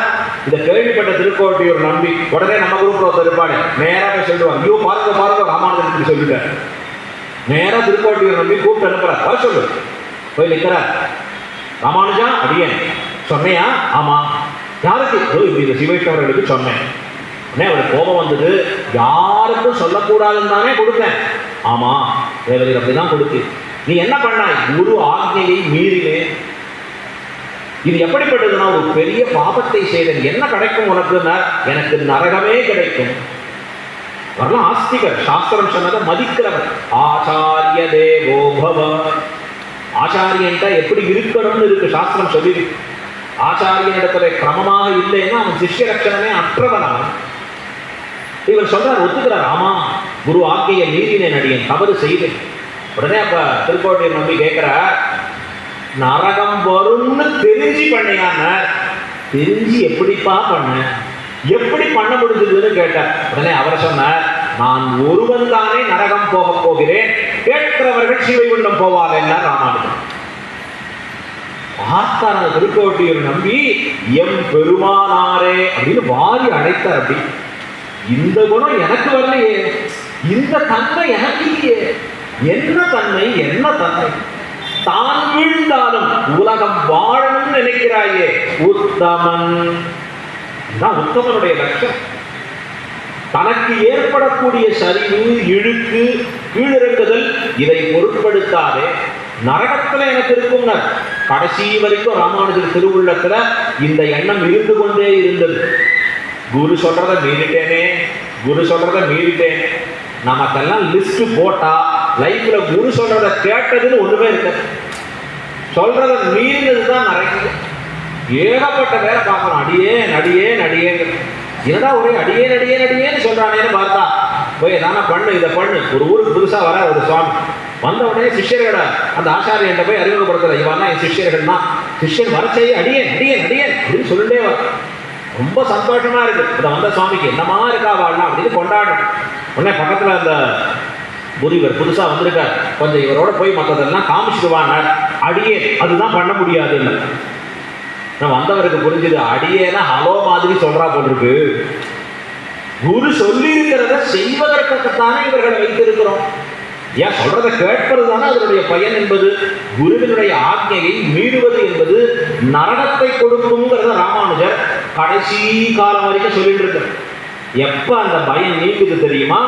கூரத்தாழ்வானுக்கு மோட்சமும் அவர் சம்பந்தமுடைய தனக்கும் மோட்சமும் ஏற்படுகிற பொழுது அந்த பயம் நீங்கி. சுவாமி ராமானுஜர் இதனுடைய மேன்மை என்னன்னா உத்தமன். அப்படிப்பட்ட உத்தமராக இருக்கக்கூடிய ராமானுஜ தாசர்கள் நாம், ராமானுஜருடைய திருவடி சம்பந்தம் பெற்றவர்கள் நாம எவ்வளவு உயர்ந்ததா இருக்கு. இப்போ உத்தமன், அடுத்தது உத்தமன் பேர். அதுக்கு முன்னாடி அந்த பேர் பாடி பகவான் இவ்வளவு பெரிய ஒரு வைபவத்தை பண்ணியிருக்கான். ஓங்கி உலகளந்த உத்தமனாக அவன் செய்திருக்கக்கூடிய செயலை கண்டு அத்தாலே மனதிலே அவன் பெயரிலே இருக்கக்கூடிய உயர்ந்த அனுபவத்தாலே ஏற்பட்ட ஆசையின் மிகுதியாலே அவன் திருநாமங்களை வாயார பாடிக்கொண்டு. திருநாமம் பாடுறதுன்னு பலவிதம் இருக்கு. பகவானை அனுபவிச்சு அனுபவிச்சு அனுபவிச்சு திருநாமம் பாடுறது வேற, இல்லை நாம ஒரு நிலையில இருந்து கொண்டு பாடிக்கொண்டு போவதுங்கிறது வேற. ஆனா எந்த நிலையில இருந்தாலும் திருநாமத்தை பாடுவது நன்மையை கொடுக்கும். பேரு பாடி எம்பெருமானுடைய திருநாமங்களை பாடிக்கொண்டு செல்வது இருக்கிறதே, அதுவே நமக்கு கிடைத்திருக்கக்கூடிய மிகப்பெரிய பயன். அது எம்பெருமானுடைய திருநாமங்கள் இவனுக்கு எப்படிப்பட்ட நன்மைகளை சொல்லிக் கொடுக்கும்னா, இவனுக்கு வேண்டிய நன்மைகளை தானே செய்து கொடுக்கிற அளவுக்கு திருநாமத்தின் மேன்மை. பகவானுடைய பெயரை சொல்லிட்டே இருக்கக்கூடியவன், பிரீதி பூர்வகமாக சொல்லிக் கொண்டு இருப்பவன். இல்லை பிரீதி ஏற்படலை ஆனா ஏதோ சொல்லிட்டே இருக்கேன் அப்படின்னு சொன்னாலும் அந்த திருநாமம் நன்மையை கொடுக்கும். சில பேர் சொல்லிட்டு இருப்பா எம்பெருமானுடைய திருநாமத்தை நாராயண ஹரே முராரே கோவிந்தா அப்படின்னு சொல்லிட்டு இருப்போம். யாரோ சில பேர் வரா அந்த இடத்துல உட்காரக்கூடாது, நாராயண ஹரே நாராயண நாராயண ஹரே முராரே அப்படின்னா திருநாமத்தோடு அவளுக்கு உபதேசமும் பண்றான். அப்படி உட்காராத, இப்படி வா, இப்படி இரு. எப்படி பண்ணினாலும் அந்த திருநாமம் இவனுக்கு நன்மையே கொடுக்கும். பேர் பாடி எம்பெருமானிடத்தில் இருக்கக்கூடிய அந்த பிரீதி எல்லாம் சேர்ந்து ஒரு அழகான ஒரு விஷயமாக மாறிக்கொண்டு அவனுடைய திருநாமங்களை பாடி நிற்க. இப்போ உத்தமன் பேர் பாடி, உத்தமன் பேர், உத்தமனை காட்டிலும் சிறந்தது உத்தமன் பேர். உத்தமன் என்பவன் பகவான், உத்தமன் பேர் என்பது அவனுடைய திருநாமங்கள். பெருமாள் பெரியவரா திருநாமம் பெரியதான்னா திருநாமம் தான் பெரிய. பகவானுடைய பேரு தானே அது. கிருஷ்ணான்னு சொன்னா நாமம் சொல்றோம், அந்த நாமத்துக்கு உரியவன் பகவான். நாராயணான்னு சொன்னா நாராயணனுக்கு உரிய அந்த திருநாமத்துக்கு உரியவன் பகவான். யார் பெரியவன் கேள்வி வந்தா இதுல என்ன கேள்வி? பெருமாளுக்கும் அவர் திருநாமத்துக்கும் சொல்ல முடியுமான்னா பெரிய வாசி உண்டு. வாசினா டிஃபரன்ஸ் அர்த்தம். எதை போல கட்டி பொண்ணுக்கும் பனி பொண்ணுக்கும் இருக்கிற வாசி. கோல்டு பிஸ்கட்ஸா நிறைய வச்சுட்டு இருப்பான், அழகா பார்க்கலாம். திடீர்னு அதை எடுத்து ஒரு காரியம் பண்ணணும்னா பண்ண முடியாது. இந்த நகையை உருக்கி அதை காரியம் பண்றதுக்கு சிரமமாகும். பல காரியங்கள் இருக்கு. ஆனா பனிப்பொன் என்றால் உருக்கப்பட்ட தங்கம் இருக்கு, வேண்டிய வடிவில் நகையை செஞ்சுடலாம் அந்த தங்கத்தை கொண்டு. பகவான்கிறவன் கட்டி பொன் போலே, அவனுடைய திருநாமம் என்பது உருக்கப்பட்ட பொன் போலே. நமக்கு எப்பெல்லாம் வேணுமோ அப்ப காரியம் சாதித்து கொடுப்பது என்பது அவனுடைய திருநாமமே. அதான் உத்தமன் பேர். உத்தமனை காட்டிலும் சிறந்தது உத்தமன் பேர். உத்தமனை பற்றுவது அவ்வளவு சுலபம் இல்லை. அவன் எங்கேயோ இருக்கலாம், எப்போ வருவான்னு தெரியாது. ஆனா அவனுடைய திருநாமம் இருக்க நம் வாயிலேயே இருக்க, சொல்லிட்டே இருக்கலாம் அழகா. உத்தமன் பேர். அவனை காட்டிலும் ஏற்றம் இதற்கு. முக்ஷப்படியில் அழகான ஒரு சூத்திரம். அவன் தூரஸ்தனானாலும் இது கிட்டி நின்று உதவும். திரௌபதிக்கு ஆபத்திலே புடவை சுரந்தது திருநாமம் இரே. சொல்லும் கிரமமொழிய சொன்னாலும் தன் சொரூபம் கடலில்லாது. இதுதான் குலந்தரும் என்கிறபடியே எல்லா பேட்சிதங்களையும் கொடுக்கும் என ஆச்சரியமா சாதிக்கிறார் ஆச்சாரியர்கள். பகவானுக்கும் திருநாமத்திற்கும் உண்டான வித்தியாசத்தை சொல்றார். பகவான் எங்க இருக்கான்? கிருஷ்ணன் எங்கேயோ இருக்கான், துவாரக நிலையனாக இருக்கிறான். திரௌபதிக்கு ஆபத்து ஏற்படுகிறது. திரௌபதி முடிஞ்ச வரைக்கும் பிடிச்சுக்கிறான் புடவை, இழுத்து இழுத்து பிடிக்க பார்க்கிறான். துச்சாதனன் மகாபாபி, முடியுமா? திரௌபதியினுடைய பலம் என்ன, அவனுடைய பலம் என்ன? இவள் துர்பலை, அவன் பலமா. அவள் இழுக்க இழுக்க அவளால் தாங்க முடியல. கொஞ்சம் நாடி பார்த்தா இனி நம்மால் முடியாது என்று தெரிந்த பிறகு இரண்டு கையையும் கூப்பி எபெருமானை பார்த்து தியானிக்கிறேன். ரொம்ப அழகான ஸ்லோகம். வியயசதா சவிதுர்மண்டல மத்தியவர்த்தி நாராயண சரசிஜாசன சந்நிவிஷ்வஹ ஏயூரவான் மகரகுண்டலவான் கிரீடீஹாரி ஹிரண்மயவபுஹு விருசங்கசக்ரஹ சங்கசக்ரகதாபானே துவாரகாநிலயா அச்சுதா கோவிந்தா குண்டலீகாட்ச ரக்ஷமாம் சரணாகதாம். பெருமானே என்னை ரட்சிக்க வேணும் அப்படின்னு ரெண்டு கரத்தை விட்டுட்டு அவள் தூக்கினான். அது வரைக்கும் வராத பகவான் அந்த இடத்துல அவளுக்கு புடவை சுரந்தான். துச்சாதனன் இழுக்க இழுக்க புடவையா வந்துட்டே இருக்கு. எத்தனை ஃபேக்டரியில ப்ரொடியூஸ் பண்ணாலும் தெரியாது, அது பாட்டுக்கு வந்துட்டு இருக்கு. துச்சாதனன் கை வலிக்க ஆரம்பிச்சு அவன் மயங்கி விழுந்தான். எம்பெருமான் எங்கேயோ நிற்கிறான், துவாரகாநிலையனாக இருக்கிறான். ஆனா திரௌபதிக்கு கூட்ட உடனே எது புறவை சுரந்ததுன்னா அவள் சொன்ன திருநாமம். திருநாமம் சொன்னாலே போரும், தன்னிடையே பலத்தை கொடுக்கும். இந்த திருநாமம் சொல்வதற்கு ஏதான ஒரு யோக்கியதை சம்பாதிக்க வேண்டுமா என்றால் வேண்டாம் என்கிறார்கள் ஆச்சாரியர்கள். பகவானுடைய பேரை சொல்றதுக்கு நாராயணா, கோவிந்தா, கிருஷ்ணா, ராமா, மாதவா இதெல்லாம் சொல்றதுக்கு நான் குளிச்சுட்டு வந்து மடியா வஸ்திரங்களை உடுத்திட்டு கோயில் முன்னாடி நின்று இப்பதான் திருநாமம் சொல்லணுமான்னா இல்லை. எப்பெல்லாம் முடியுறதோ அப்ப சொல்லலாம் திருநாமம். எழுந்தா நாராயணா நாராயணா, உட்காந்தா நாராயணா நாராயணா, சாப்பிடச்சே கோவிந்தா கோவிந்தா கோவிந்தா, நடக்கச்சே கேசவா மாதவா முகுந்தா. எப்பெல்லாம் சொல்ல தோன்றுகிறதோ அப்பொழுதெல்லாம் எம்பெருமானுடைய திருநாமத்தை சொல்லலாம். எல்லாரும் அந்த திருநாமத்தை சொல்றா. யாரெல்லாம் கூட சொல்றா தெரியுமா? வெளியில மைக்க பிடிச்சு கடவுள் இல்லை, நான் கடவுள் மறுப்பாளன்னு சொல்றவங்க வீட்டுக்குள்ள போனா பெரிய போட்டோ வச்சுட்டு அங்க போய் முடிஞ்சா திருவேங்குடையான பார்த்து ரெண்டு கணத்துல இப்படி அடிச்சுக்கிறான். ஏதோ வயிற்று குழப்பக்காக வெளியில கத்துறேன், பெருமாளே உன்னுடைய பேர்பாடி, கோவிந்தா பேர்பாடி, கிருஷ்ணா பேர்பாடி. ஏண்டான்னா அவனுக்கு தெரியுது திருநாமம் சொன்னா நமக்கு என்ன நன்மை கிடைக்கிறது. ஒரு வியாதி நீங்கணும். இவன் போகாத டாக்டர் இல்லை. இன்னைக்கு தான் டாக்டர் படிப்படியா ஏறி இறங்கினவனே என்னாச்சுன்னா ஏற்கனவே இருந்த வியாதி இன்னும் 2 மடங்கு ஆச்சு சுவாமி. அந்த வியாதிக்கு தீர்வு என்னன்னா, எல்லா வியாதிக்கும் தீர்வு மருந்தும் பொருளும் அமுதமும் தானே திருந்திய செங்கண்மாலாங்கே. அழ்வார் அழகா சொல்றார், மருத்துவனாய் நின்ன மாமணி வண்ணா. பெரிய மருத்துவரா எம்பெருமான் தானே எழுந்தருளி இருக்கிறான். அதற்காகவே ஒரு அவதார், தன்வந்திரியும் ஒரு அவதார். ஸ்ரீரங்கத்துல தன்வந்திரி கோயில் அங்க பார்த்தா தெரியும். அங்கதான் பெருமாளுக்கு கஷாயங்கள்லாம் காட்சி கொடுக்குது. இப்ப நோய் தீருவதற்கும் பரிகாரார்த்தமாக எம்பெருமான் திருநாமங்களை சொல்ல வேண்டும் என்றால் என்ன பண்றான்?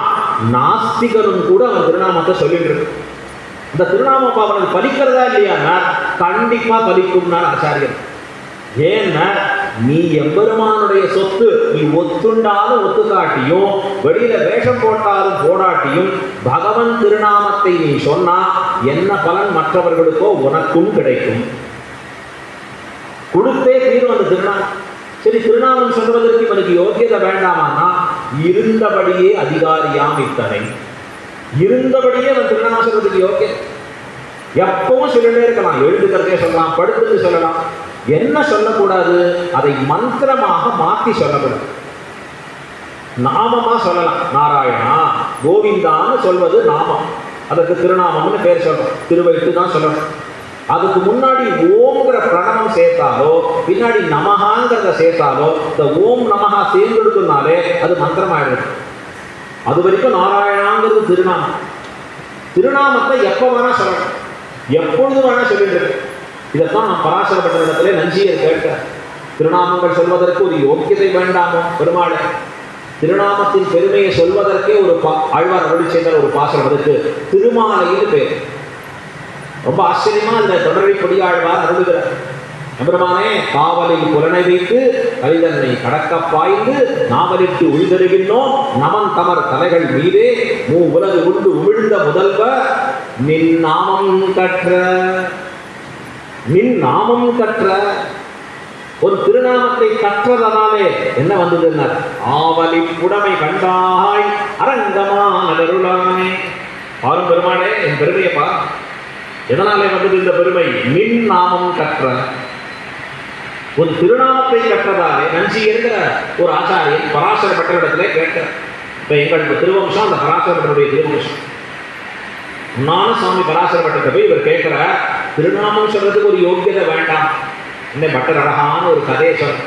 கங்கையில் நீராட போமவனுக்கு உவர்குடியிலே நீராட வேண்டிய அவசியம் இல்லை. நஞ்சியா, இங்கேருந்து ஒருத்தர் கங்கை யாத்திரை போனான். கங்கையில போய் குளிக்கணும். சாஸ்திரம் கங்கையில குளிச்சா என்னென்ன புண்ணியம்னு சொல்லி, இங்கேருந்து போய் கங்கையில போய் குளிச்சுட்டு வர வேண்டியவனா இப்ப வந்து சேர வேண்டிய 1 மாசம் ஆச்சு, இன்னும் திருப்பல. அதுக்கப்புறம் யாத்திரை போனவன் போய் சந்திக்கிறான். என்னடா கங்கைக்கு வெளியிலேயே குடிச்ச போட்டுட்டு இருக்க, கங்கையில இன்னும் குளிக்கலையாமா? இல்ல இல்ல, ஊர்லேருந்து புறப்பட்டு வந்தேன், ரொம்ப நாள் ஆச்சு, ஒரே அழுக்கு. இந்த அழுக்கோட கங்கையில குளிக்கிறோமா, வேற நதியில குளிச்சுட்டு குளிக்கலாமான்னு யோசிச்சுட்டு இருக்கேன். இந்த அழுக்கோட குளிச்சா கங்கைக்கு விடுதல் இல்லையா? அப்ப அவன் பார்த்து சிரிக்கிறான். அடே, உனக்கு அவாந்தரமாக அதிருஷ்டமாக இருக்கக்கூடிய நன்மைகளை செய்து தரக்கூடிய கங்கை உன் உடலில் இருக்கக்கூடிய அழுக்கையும் போக்க வல்லது. கங்கைக்கு முன்னாடி ஒரு குழியில போய் குளிச்சுட்டோ, ஒரு குழியில நீராடி அப்புறம் தான் கங்கை கிட்ட போகணும்னு அவசியம் இல்லை. அத போலதான் பகவானை சொல்லுவதற்கு இருந்தபடியே எல்லாருக்கும் யோக்கியதை உண்டு. எந்த நிலையில நாம் இருக்கிறோமோ அந்த நிலையில பகவான் நாமாக சொல்லலாம். இன்னொரு அழகான ஒரு அர்த்தம் சொல்ற, மாத்ருகாதனுக்கும் கைரொந்தால் அம்மே என்ன பெருமே. பெரியபாச்சானவர்களே நம்முடைய வியாக்கியானத்தை சொல்ற, மாத்ருகாதன்னு சொன்னா தாயினிடத்திலே கோபப்பட்டு தாயை அடிப்பவன். தாயை அடிப்பவனை போல ஒரு மகாபாபியை பார்க்கவே முடியும். சாஸ்திரம் தாயின் பெருமையை உயர்த்தியா சொல்லியிருக்கு. பிண்ட பிரதானம் பண்ணுகிற பொழுது தாய்க்கு தான் அதிகமான பிண்டங்கள் வைக்கிறாங்க. தயார போய் சார்த்தம் பண்ணணும்னா தாயாருக்கு தான் அப்படி வைக்கணும். இப்போ அந்த தாயை பார்த்து அடிக்கிறான். ஏதோ ஒரு கோபம், ஏதோ ஒரு வேகம். அந்த தாயை கையை வச்சு அடிக்கிறச்சே இவன் கை வலிக்கிறது, அம்மா கை வலிக்கிறதுங்கிறான். அடப்பாவி, அடிக்கிறதே அம்மாவை. ஆனா சொல்ற வார்த்தை என்னன்னா அம்மா. அதை போல பகவானை நிந்திப்பவனும் கூட பகவன் நாமாவை சொல்லுவதிலே தகுதி பார்க்க வேண்டாம், சொல்லலாம். அப்படி திருநாமம் எல்லாருக்கும் அப்படி பலத்தை தரக்கூடிய திருநாமம் உத்தமன் பேர். இந்த உத்தமன் பேர் பாடி, உத்தமனுடைய திருநாமங்களாக இருக்கக்கூடியவைகளை நாம் பாடி, போக்கு வீடாக அதை பாடி, வாய் பெற்ற பயனாக பாடி. பாடுவதாலே பயன் அப்படின்னு இல்லை, பாடுவதே பயன் என்று கருதி பாடி. திருநாமம் சொல்றச்சே அதனால ஒரு பயன் வர வேண்டும்னு ஆசை இல்லை, சொல்லுவதே பயனாக இருக்கிறது. எம்பெருமான் திருநாமம் சொல்வது இருக்கே அதுவே இனிமையான விஷயமாக இருக்கிறது. உத்தமன் பேர் பாடி, எம்பெருமானுடைய திருநாமங்களை பாடி நாங்கள் நம்பாவைக்கு சாட்சி நீராடினாள். நாங்கள் எல்லாரும் சேர்ந்து கொண்டு, நாங்களும்னா எப்படின்னா இவர்கள் எம்பெருமானுடைய திருநாமத்தை சொல்லவேனா தரிக்க முடியாது. இவர்களுக்கு இருப்பே கொள்ள, எப்பொழுதும் பகவன் நாமாவை சதா உச்சரித்துக் கொண்டு இருப்பவர்களாக இருப்பவர்கள். ஏன்னா அவன் திருநாமத்தில் இருக்கக்கூடிய ஒரு உயர்ந்த ரசத்தை பருகினவர்கள். ஆழ்வார் சொல்றார், எம்பெருமானுடைய திருநாமம் எப்படி இருக்கு, பகவான் எப்படி இருக்காங்க, தேனும் பாலும் கண்ணலும் அமுதுமாகி தித்திப்ப. என்னமா இருக்கு, ஒரு தேன் போல இருக்கு, அமிர்தம் போல இருக்கு, சொல்ல சொல்ல சொல்ல ஆசையா இருக்கு. மதுரகவி ஆழ்வார் சொல்றார், அன்னிக்கும் அமுதூரும் என்னாவுக்கே. நம்பி என்னத்தால் குருகூர் நம்பின்னு சொன்னா என் நாட்டிலே அமிர்த ரசம் ஊறுகிறது என்று சொன்னார் ஆழ்வார். பகவன் நாமாவை சொல்லி சொல்லி சொல்லி நாத்தழுந்தேறினவர்கள் நாங்களும். இப்படி தங்களையே கொஞ்சம் பெருமையா சொல்லிக்கலாமா? எப்பவுமே அடியார்களா இருக்கிறவர்கள் தங்கள் பெருமைகளை ரொம்ப பேசக்கூடாது, மற்றவா பெருமையை தான் ரொம்ப பேசணும். அந்த சுவாமியை பத்தி சொல்லுங்கன்னா, அந்த சுவாமியை சொல்றேன் நான் எப்படி தெரியுமா உங்களுக்கு அப்படின்னா போச்சு. ஏன்னா அது அசுச்சிகி. சிஷ்ய லட்சணங்கள் 8 லட்சணங்கள்ல முக்கியமான லட்சணம் சுச்சிகி.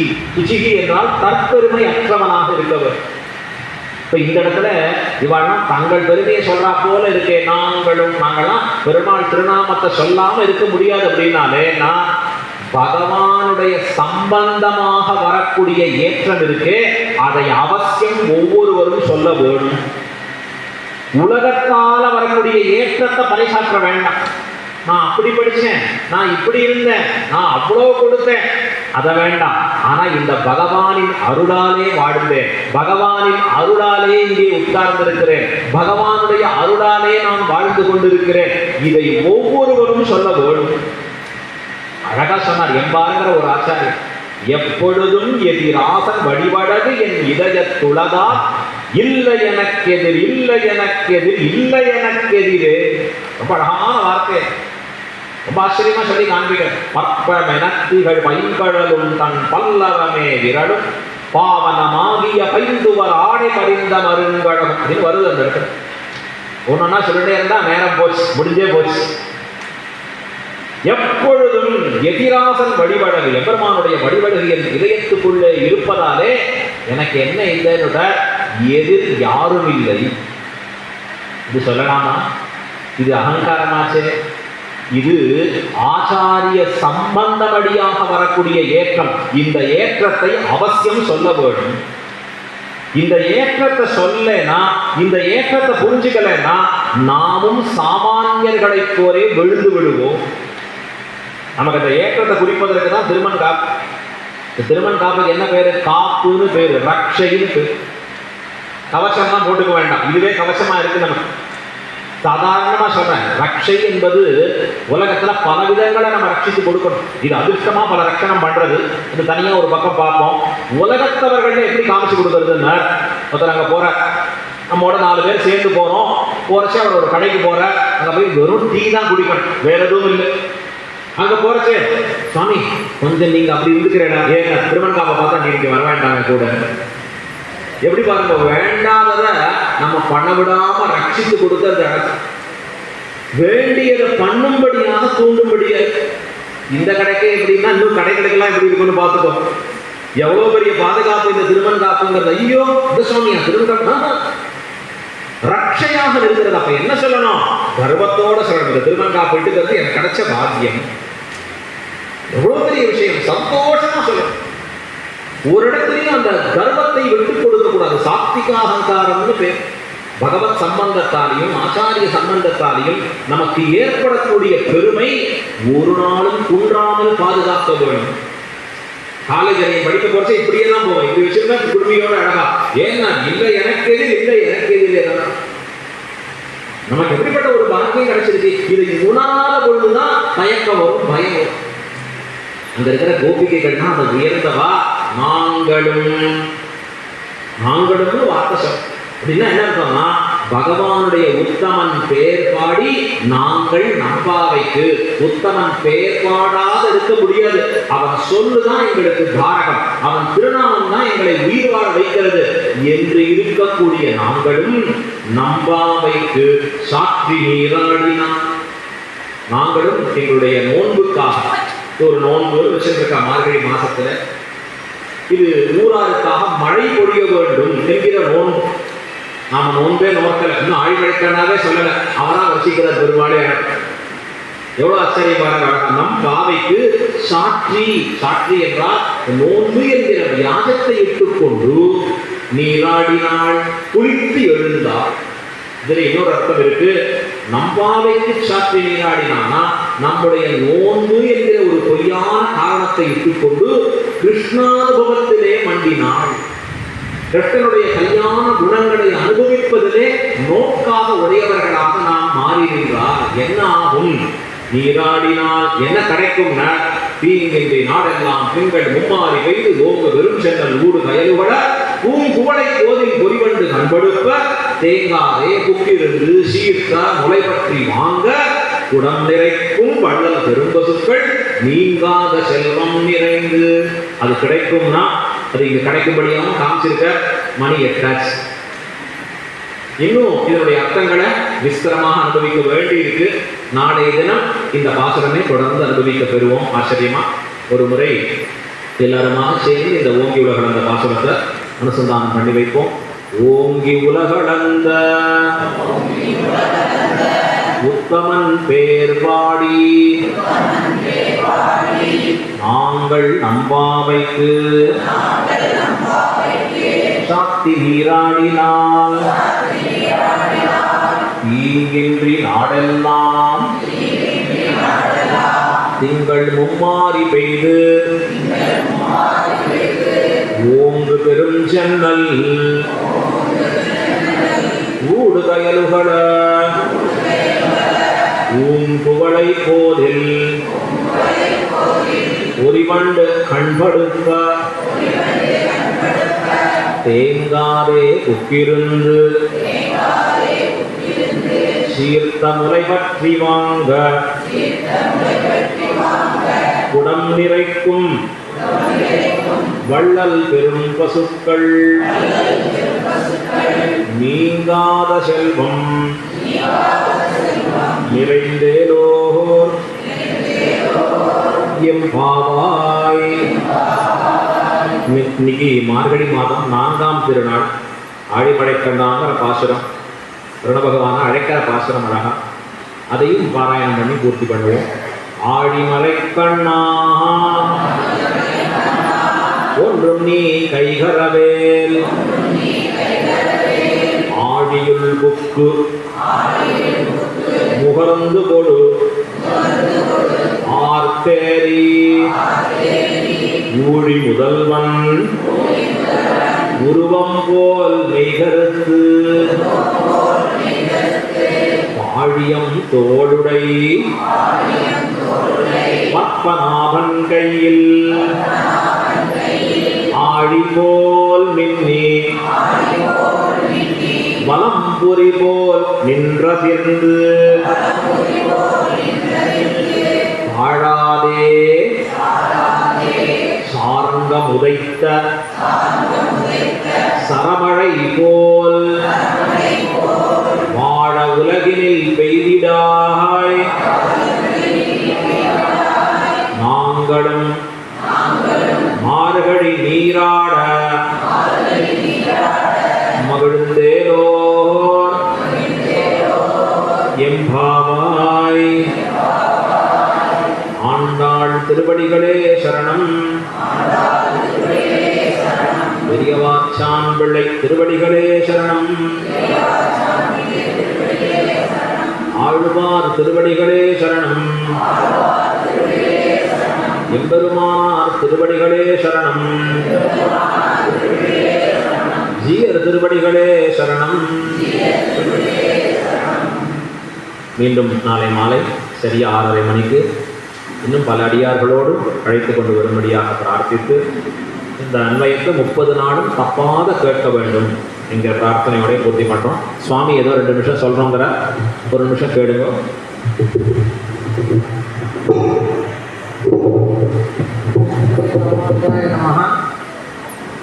வர ஞாயிற்றுக்கிழமை அன்னைக்கு பூர நட்சத்திரம், ஆண்டாளுடைய திரு அவதார நட்சத்திரம், மார்கழியில் வர்ற பூரம். அன்னைக்கு ஒரு விசேஷமான ஒரு வைபவம் இங்கே பண்ண போகிறோம். அப்புறம் ஆச்சாரியன் ஸ்ரீ வனமாமலை மதுரகவி ராமானுஜ ஜீயர் சுவாமிக்கு இப்போது 21வது திருநக்ஷத்திரம் சதாபுடைய வைபவம் நடந்துருக்கு. வர ஜனவரி 1ஆம் தேதி சுவாமிக்கு சதாபுடைய மகோத்சவம். ஒரு 40 நாளாக வைபவம் நடந்துருக்கு. போன 24ஆம் தேதி ஆரம்பித்தது, நடந்துட்டு வந்துருக்கு. அதை கொண்டாடுறதுன்னா ஆச்சாரியனை கொண்டாடணும். குரும் பிரகாசகே தீமான்னு சாஸ்திரம். குருவை பிரகாசப்படுத்துறது சிஷ்யனோட கடமை. அது குருவை ஸ்தோத்திரம் பண்ணிகிட்டே இருக்கணும். அதனால் ஆச்சாரிய வைபவம் இப்போ அந்த வனவாளியில் நடந்துட்டுருக்கு. அதான் நம்ம ஊர்லேயும் இந்த திருப்பாவையை கொண்டு கொண்டாடணும் அப்படின்னு ஆச்சாரியன் திருவிழம். அது பூரத்தன்னைக்கு இன்னொரு விஷயம், அடியனுக்கு சமாச்சரண ஆச்சாரியன் கீழே சித்திரப்படத்தில் எழுந்துள்ளி இருக்கார் இல்லையா, வனமாவளி ஸ்ரீ வெளியன் ராமானுஜ ஜீயர் சுவாமி. அவர் பூர நட்சத்திரம், திரு கார்த்திகை பூரம். அவர் அதுவும் ஒரு வைபவம். அப்படி ஆச்சாரிய சம்பந்தத்தோடு நம்ம ஆண்டாளுடைய இந்த மார்கழி மாத பூரத்தை கொண்டாடணும் அப்படிங்கிறதுக்காக நம்ம குழந்தைகளுக்கு நாமெல்லாம் பெரியவராக தான் இங்கே இருக்கோம். குழந்தைகளே இல்லை, குழந்தைகளை அழைச்சிட்டு வரணும். அது நம்ம சுவாமி ஏற்கனவே சாதித்தார். குழந்தைகளை நாம் பிரேரணை பண்ணணும் அவசியம். அப்போ தான் நம்ம பெரியவா நமக்கு கொடுத்ததுனால தான் இன்றைக்கி நம்ம இங்கே உட்காந்துருக்கோம். நானும் நம்ம குழந்தைகளுக்கு கொடுத்தா தான் அடுத்த ஜென்ரேஷன் அவள் இதை மாதிரி பண்ணுவாள். அதனால் குழந்தைகளுக்கு ஒரு சின்னதாக ஒரு உத்வேகம் பண்ணணுங்கிறதுனால ஒரு 100 குழந்தைகளை அலட்சியம் வந்து உட்காந்து வச்சு இப்போ சுவாமி ஒரு வார்த்தை திருப்பாவை அந்த மாதிரி சொல்ல திருப்பி நாமெல்லாம் திருப்பி சொன்னோம் இல்லையா, அந்த மாதிரி 30 பாசனம் ஒரே ஒரு தரம் அப்படியே பாராயணமாக நாம் சொல்ல, குழந்தைகளும் சொல்ல, நாமும் கூட எல்லோரும் சேர்த்து சொல்லலாம். ஆனால் குழந்தைகள் ஒரு 100 குழந்தைகள் வச்சுட்டு அவளுக்கு பண்ணி அவளுக்கு ஏதாவது ஆண்டாள் பிரசாதமான ஒரு பரிசு கொடுத்து அவளை ஒரு உத்வேகம் பண்ணி திருப்பாவை சொல்கிறதுக்கு அவளுக்கு ஒரு ஆசையை உண்டாக்கணும் அப்படின்னு ஒரு வைபவம் வர ஞாயிற்றுக்கிழமைக்கு ஏற்பாடு ஆகிருக்கு. அதனால் எல்லாருமே சாயங்காலம் 5 மணிக்கு 5 to 6 வச்சுட்டு அதுக்கப்புறம் பரிசு கொடுத்துட்டு 6:30 மணிக்கு காலக்ஷேபம் தொடங்கணும், உபன்யாசம் போடுறது. அதுக்கு உங்கள் குழந்தைகளை அழைச்சின்னு வருதுன்னா நாளைக்கு இங்கே வரைச்ச பேரும் நம்ம ஃபோன் நம்பரும் கொடுத்துருக்கோம். இன்னும் யாராவதுலாம் அழைச்சின்னு வர விருப்பப்படுறாலும் அவளுக்கு தெரிவிக்கும். நாளைக்கு அதெல்லாம் கொடுத்துட்டீங்கன்னா அதுக்கு உண்டான ஏற்பாடு பண்ணியிருக்கோம். வெளியிலையும் சொல்லியிருக்கோம். இது வந்து திருப்பாவையை நம் குழந்தைகளுக்கு கொடுக்கணும். அதுக்காக பண்ணுற ஒரு உற்சவம்.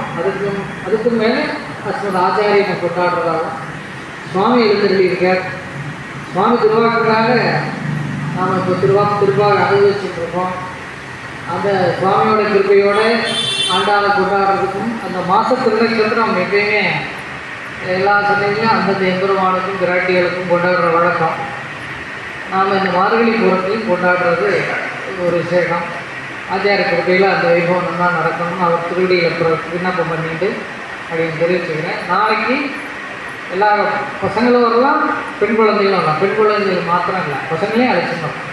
ஏன்னா 2 ரொம்ப குட்டி குழந்தைகள் வரட்டும், அதுவாட்டு விளையாடிட்டு இருக்கட்டும், அதை ஒன்றும் சொல்ல வேண்டாம். ஆனால் திருப்பி சொல்கிற மாதிரி அதுக்குண்டான பக்குவமான குழந்தைகள் எல்லா வரிசையாக உட்காந்து வச்சுட்டு எல்லோரும் அழைச்சிடணும். குட்டி குழந்தையும் அழைச்சிடணும். அதுக்காக ரொம்ப குட்டிலாம் வரக்கூடாதுன்னு இல்லை, அதுவும் வந்து விளையாடிட்டு இருக்கட்டும்.